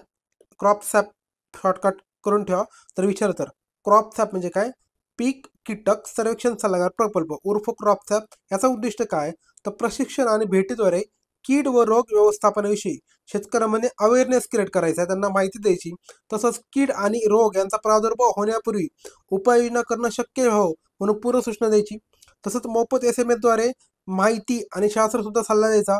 तर सगळ्या गोष्टी करायचं काम कोण करतोय तर या क्रॉपसॅपच्या माध्यमातून केलं जाईल. लक्षात ठेवा, हा प्रकल्प आहे. आणि त्याच्यामध्ये कुठले प्रकल्प आपण घेतलेत, कुठले पिकं घेतलेत क्रॉपसॅपमध्ये, भात आहे, सोयाबीन आहे, कापूस, तूर, हरभरा, मका, सूर्यफूल, ऊस, अशा पिकांचा याच्यामध्ये 1 2 3 4 5 6 7 8 बस 8 पिकांचा याच्यामध्ये समावेश आहे.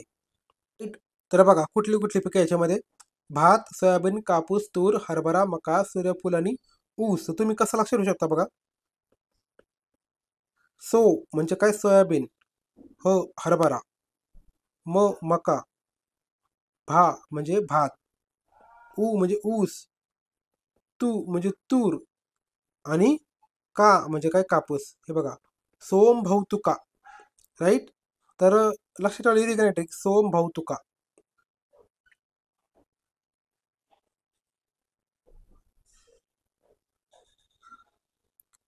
हे झालं क्रॉप सॅप. त्याच्यानंतर राष्ट्रीय फलोत्पादन अभियान. आता राष्ट्रीय फलोत्पादन अभियान महत्वाची स्कीम आहे, लक्षात ठेवा. याच्यामध्ये काय करायचं, सरकारला फलोत्पादनाखालील क्षेत्र वाढवायचे आणि त्याची काढणी पश्चात देखील व्यवस्थापन करायचंय.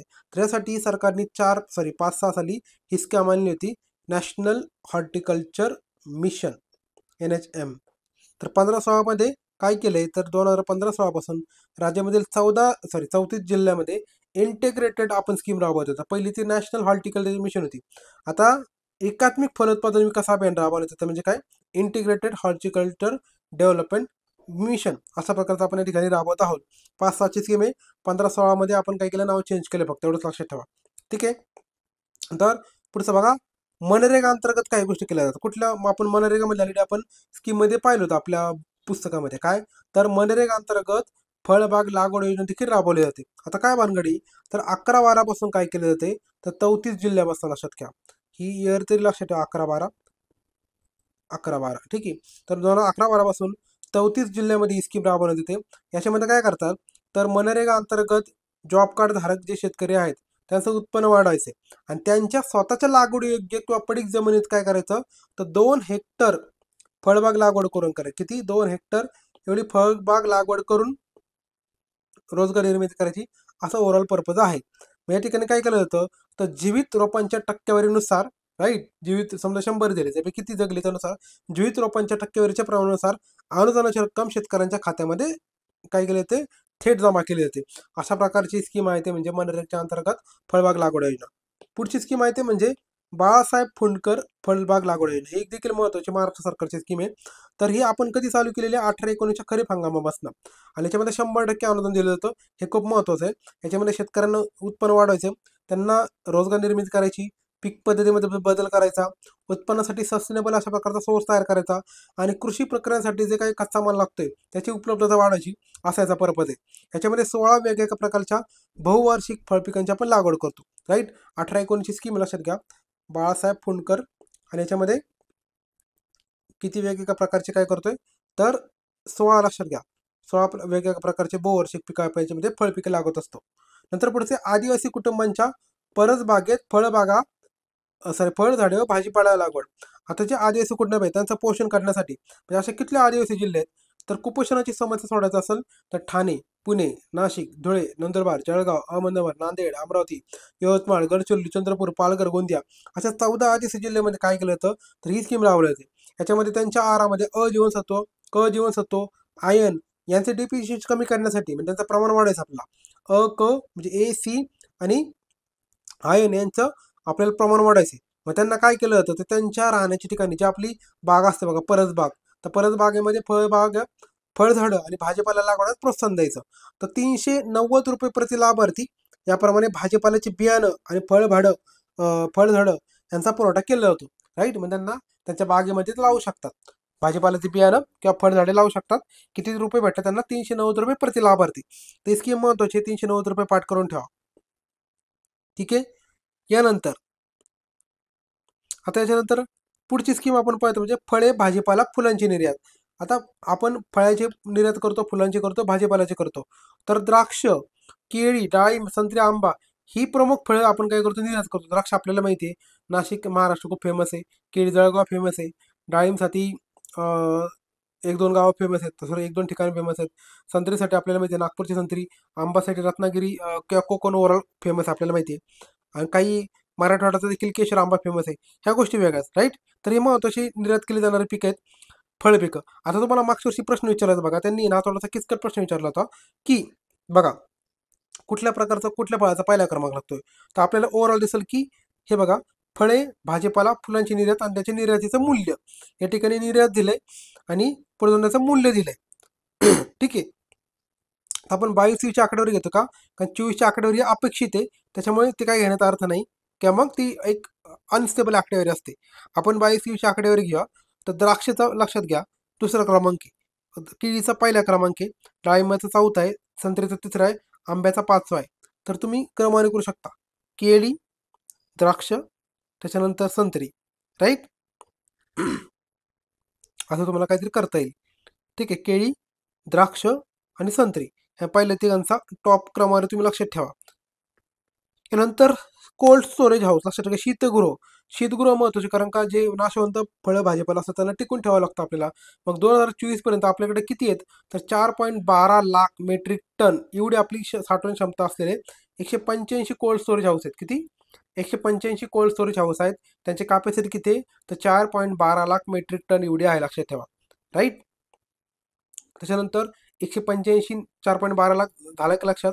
नंतर पाणलोट क्षेत्र विकास कार्यक्रम. पाणलोट क्षेत्र विकास कार्यक्रम म्हणजे काय, वॉटरशेड डेव्हलपमेंट प्रोग्राम. त्याच्यामध्ये ओव्हरऑल पर्पज काय असतो, तर जे काय आपले नैसर्गिक संसाधन आहे पाण्याचे, तर त्यांचा संरक्षण करायचं. आणि त्याच्यामुळे काय होतं, आपली कृषीची उत्पादकता वाढवते. जेणेकरून काय होतं, ज्या ठिकाणी कोरडवाहू जमीन असते त्या ठिकाणी मग जे काही आपल्याला माहिती आहे ते पावसावर अवलंबून असतात, मग त्या ठिकाणी जमिनीची उत्पादकता वाढवायची, त्या जमिनीची धूप कमी करायची, जमिनीमध्ये जो ओलावा असतो म्हणजे मॉइश्चर असतं ते टिकून ठेवायचं. आणि पाण्याचं संवर्धन करण्यासाठी आपण हे स्कीम राबवतो किंवा प्रोग्राम राबवतो. यानंतर आपण पुढचं आपण पाहतो म्हणजे जलयुक्त शिवार अभियान. तर जलयुक्त शिवार अभियान आपण सेकंड म्हणजे अर्थात सेकंड व्हर्जन आता राबवतोय. तर 2023 पासून लक्षात ठेवा आपण ही स्कीम राबवते. कुठली? जलयुक्त शिवार अभियान 2.0. म्हणजे आधीची कधी होती, तर ज्यावेळेस आधी फडणवीस गव्हर्नमेंट होतं, लक्षात ठेवा, तर त्यावेळेस त्यांनी चालू केलेली होती. आणि त्याच्यानंतर मध्यंतर आपल्याला माहिती आहे गव्हर्नमेंट चेंज झालं, ती स्कीम बंद झाली, पुन्हा आता चालू केली फडणवीस सरकार गव्हर्नमेंट आल्यामुळे. तर 2023 मध्ये जलयुक्त शिवार 2.0 आलेला आहे. याच्यामध्ये काय काय ओव्हरऑल उद्दिष्ट, तर मग प्रथम टप्पामध्ये काय होतं, सॉरी प्रथम टप्प्यामध्ये जे काही गोष्टी आपण पाहिलं, की एखादा समजा पाण्याचा स्रोत असेल, त्या ठिकाणचा गाळा काढायचा, त्याच्या खोली रुंदी वाढवायची, राईट, साफसफाई करायची, या सगळ्या गोष्टी होत्या.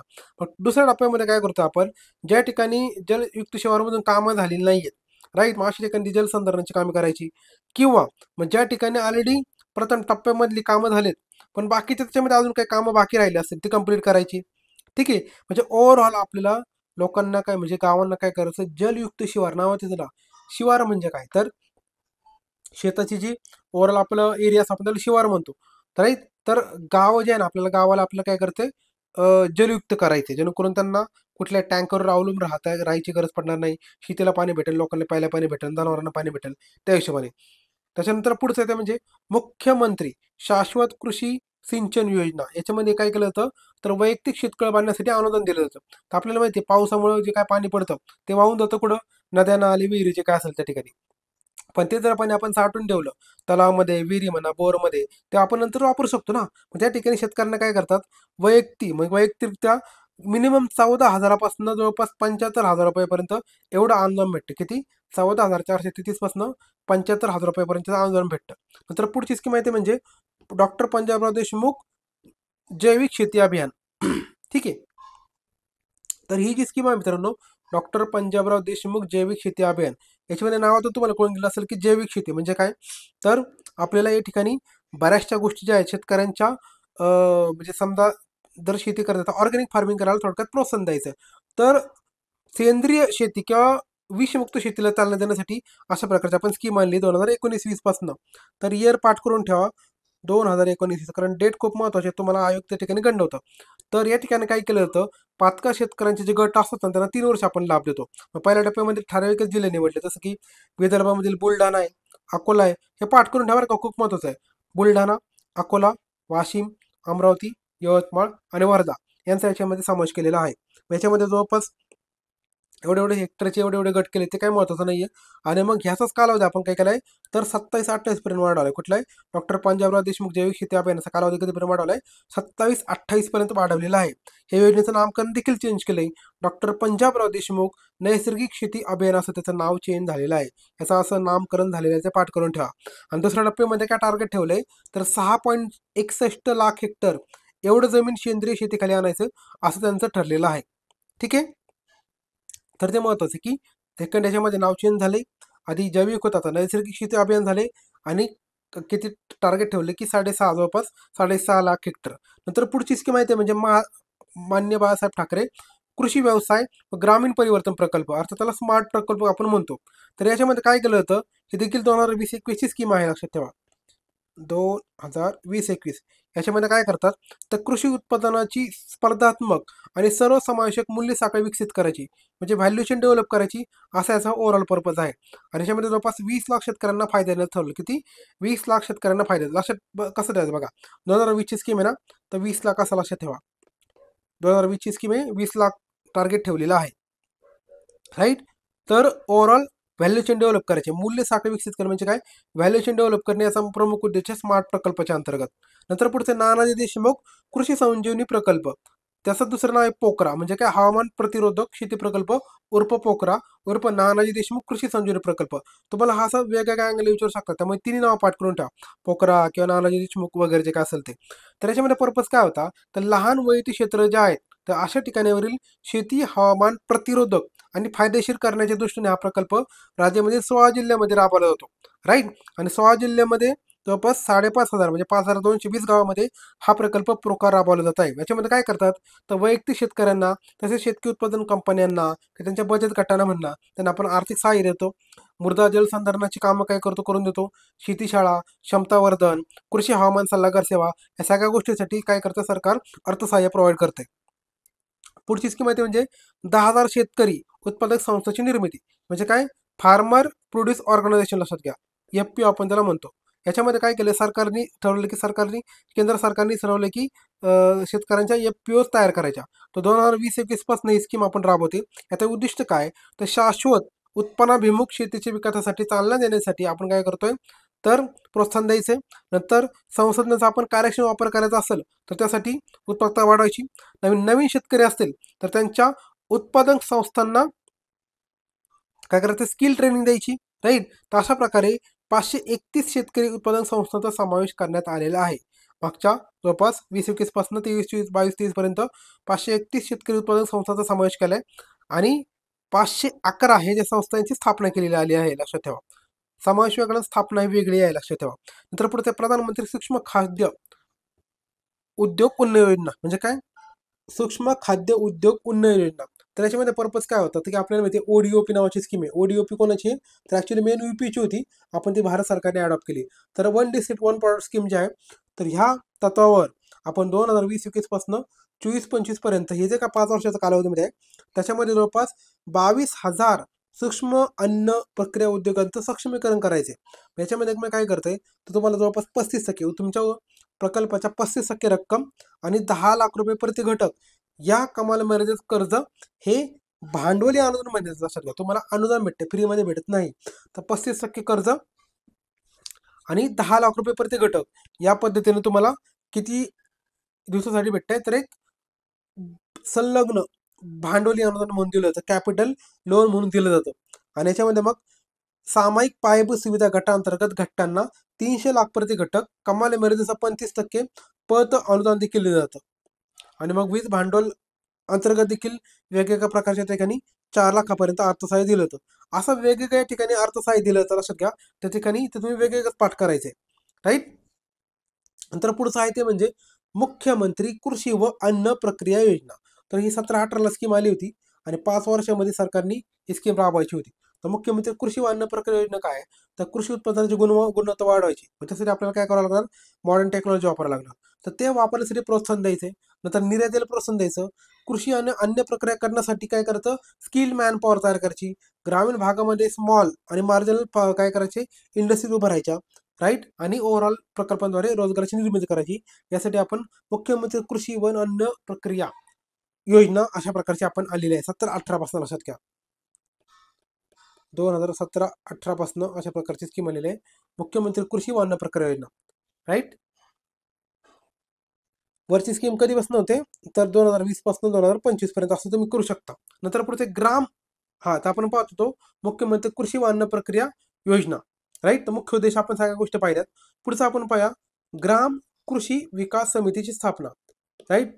तर ही जी ग्राम कृषी विकास समिती असते, तर महाराष्ट्रामध्ये जवळपास 25,347 ग्राम कृषी विकास समिती, लक्षात ठेवा, राईट. तर प्रत्येक गावामध्ये प्रत्येक गावामध्ये ग्राम कृषी विकास समिती स्थापना करणे बंधनकारक केलेलं आहे. हे खूप महत्वाचं आहे, बंधनकारक केले गोष्टी.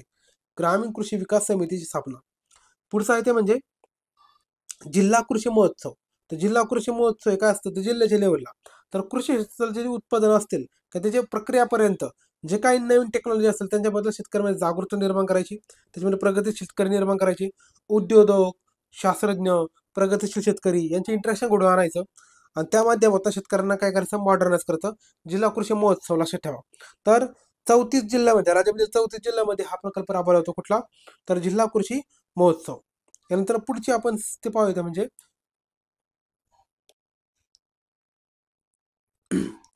याच्यानंतर पुढचं आहे ते म्हणजे याच्यानंतर पुढचं आहे ते म्हणजे हळद संशोधन आणि प्रक्रिया धोरण उर्फ बाळासाहेब ठाकरे हरिद्रा. लक्षात घ्या, हरिद्रा म्हणजे काय? हळद.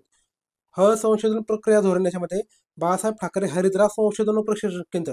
राईट. तर हे केंद्र कुठे आहे ते खूप महत्वाचं आहे. तर भंडारा जिल्ह्यामध्ये लक्षात घ्या हे केंद्र आहे. हे पाठ करून ठेवा. आणि आपल्याला माहिती की भारत काय करतो, सगळ्यात मोठा उत्पादक देखील आणि ग्राहक देखील आहे. सगळ्यात जास्त उत्पादन भारतच करतोय आणि कस्टमर देखील भारतच आहे. तर आपल्याला ऑलरेडी जर विचार केला तर राज्यामधील हळदीची पिका खालील क्षेत्र हे देशाच्या क्षेत्राच्या किती टक्के लक्षात ठेवा, तर 25% म्हणजे जवळपास 1/4 आहे. आणि त्यामुळे मग आपण सप्टेंबर 2022 पासून राज्याने काय केलं, हळद संशोधन प्रक्रिया धोरण 22 ते 27 धोरण जाहीर केले. त्याच्यामध्ये मग हळद संशोधन केंद्र आपण कुठं स्थापन करणार आहे, भंडारा जिल्ह्यामध्ये. राईट. तर 2022 लक्षात ठेवा. नंतर पुढे आंतरराष्ट्रीय भरड धान्य वर्ष आपल्याला माहिती आहे, इंटरनॅशनल इयर ऑफ मिलेट्स. तर हे 2023 मध्ये फाओने डिक्लेअर केलं होतं. भारत सरकारने तर आपण विनंती केली होती आणि त्यानुसार मग आपण आंतरराष्ट्रीय भरड धान्य आपण जाहीर केले. तर आपल्याला माहिती मिलेट्स अर्थात आपण त्याला भरड धान्य म्हणतो. आणि आपण त्या ठिकाणी मिलेट सप्ताह देखील आयोजित केला. आपण मग माहिती असेल तुम्हाला G20 समिट जे आहेत भारतामध्ये झाले त्या ठिकाणी पाहुण्यांना काय केलं, आपण मिलेट्सपासून बनवलेले अन्नपदार्थ खाऊ घातले होते. तर पौष्टिक तृणधान्य विशेष महिना, शेती ते पौष्टिक तृणधान्य अशा प्रकारच्या स्कीम देखील आपण या ठिकाणी प्रकल्प राबवत असतो. नंतर महाराष्ट्र मिलेट मिशन देखील आपण राबवतोय. राईट. तर तुमचं आंतरराष्ट्रीय भरड धान्य वर्ष 2023 लक्षात ठेवा, याचं आंतरराष्ट्रीय वर्ष. राईट.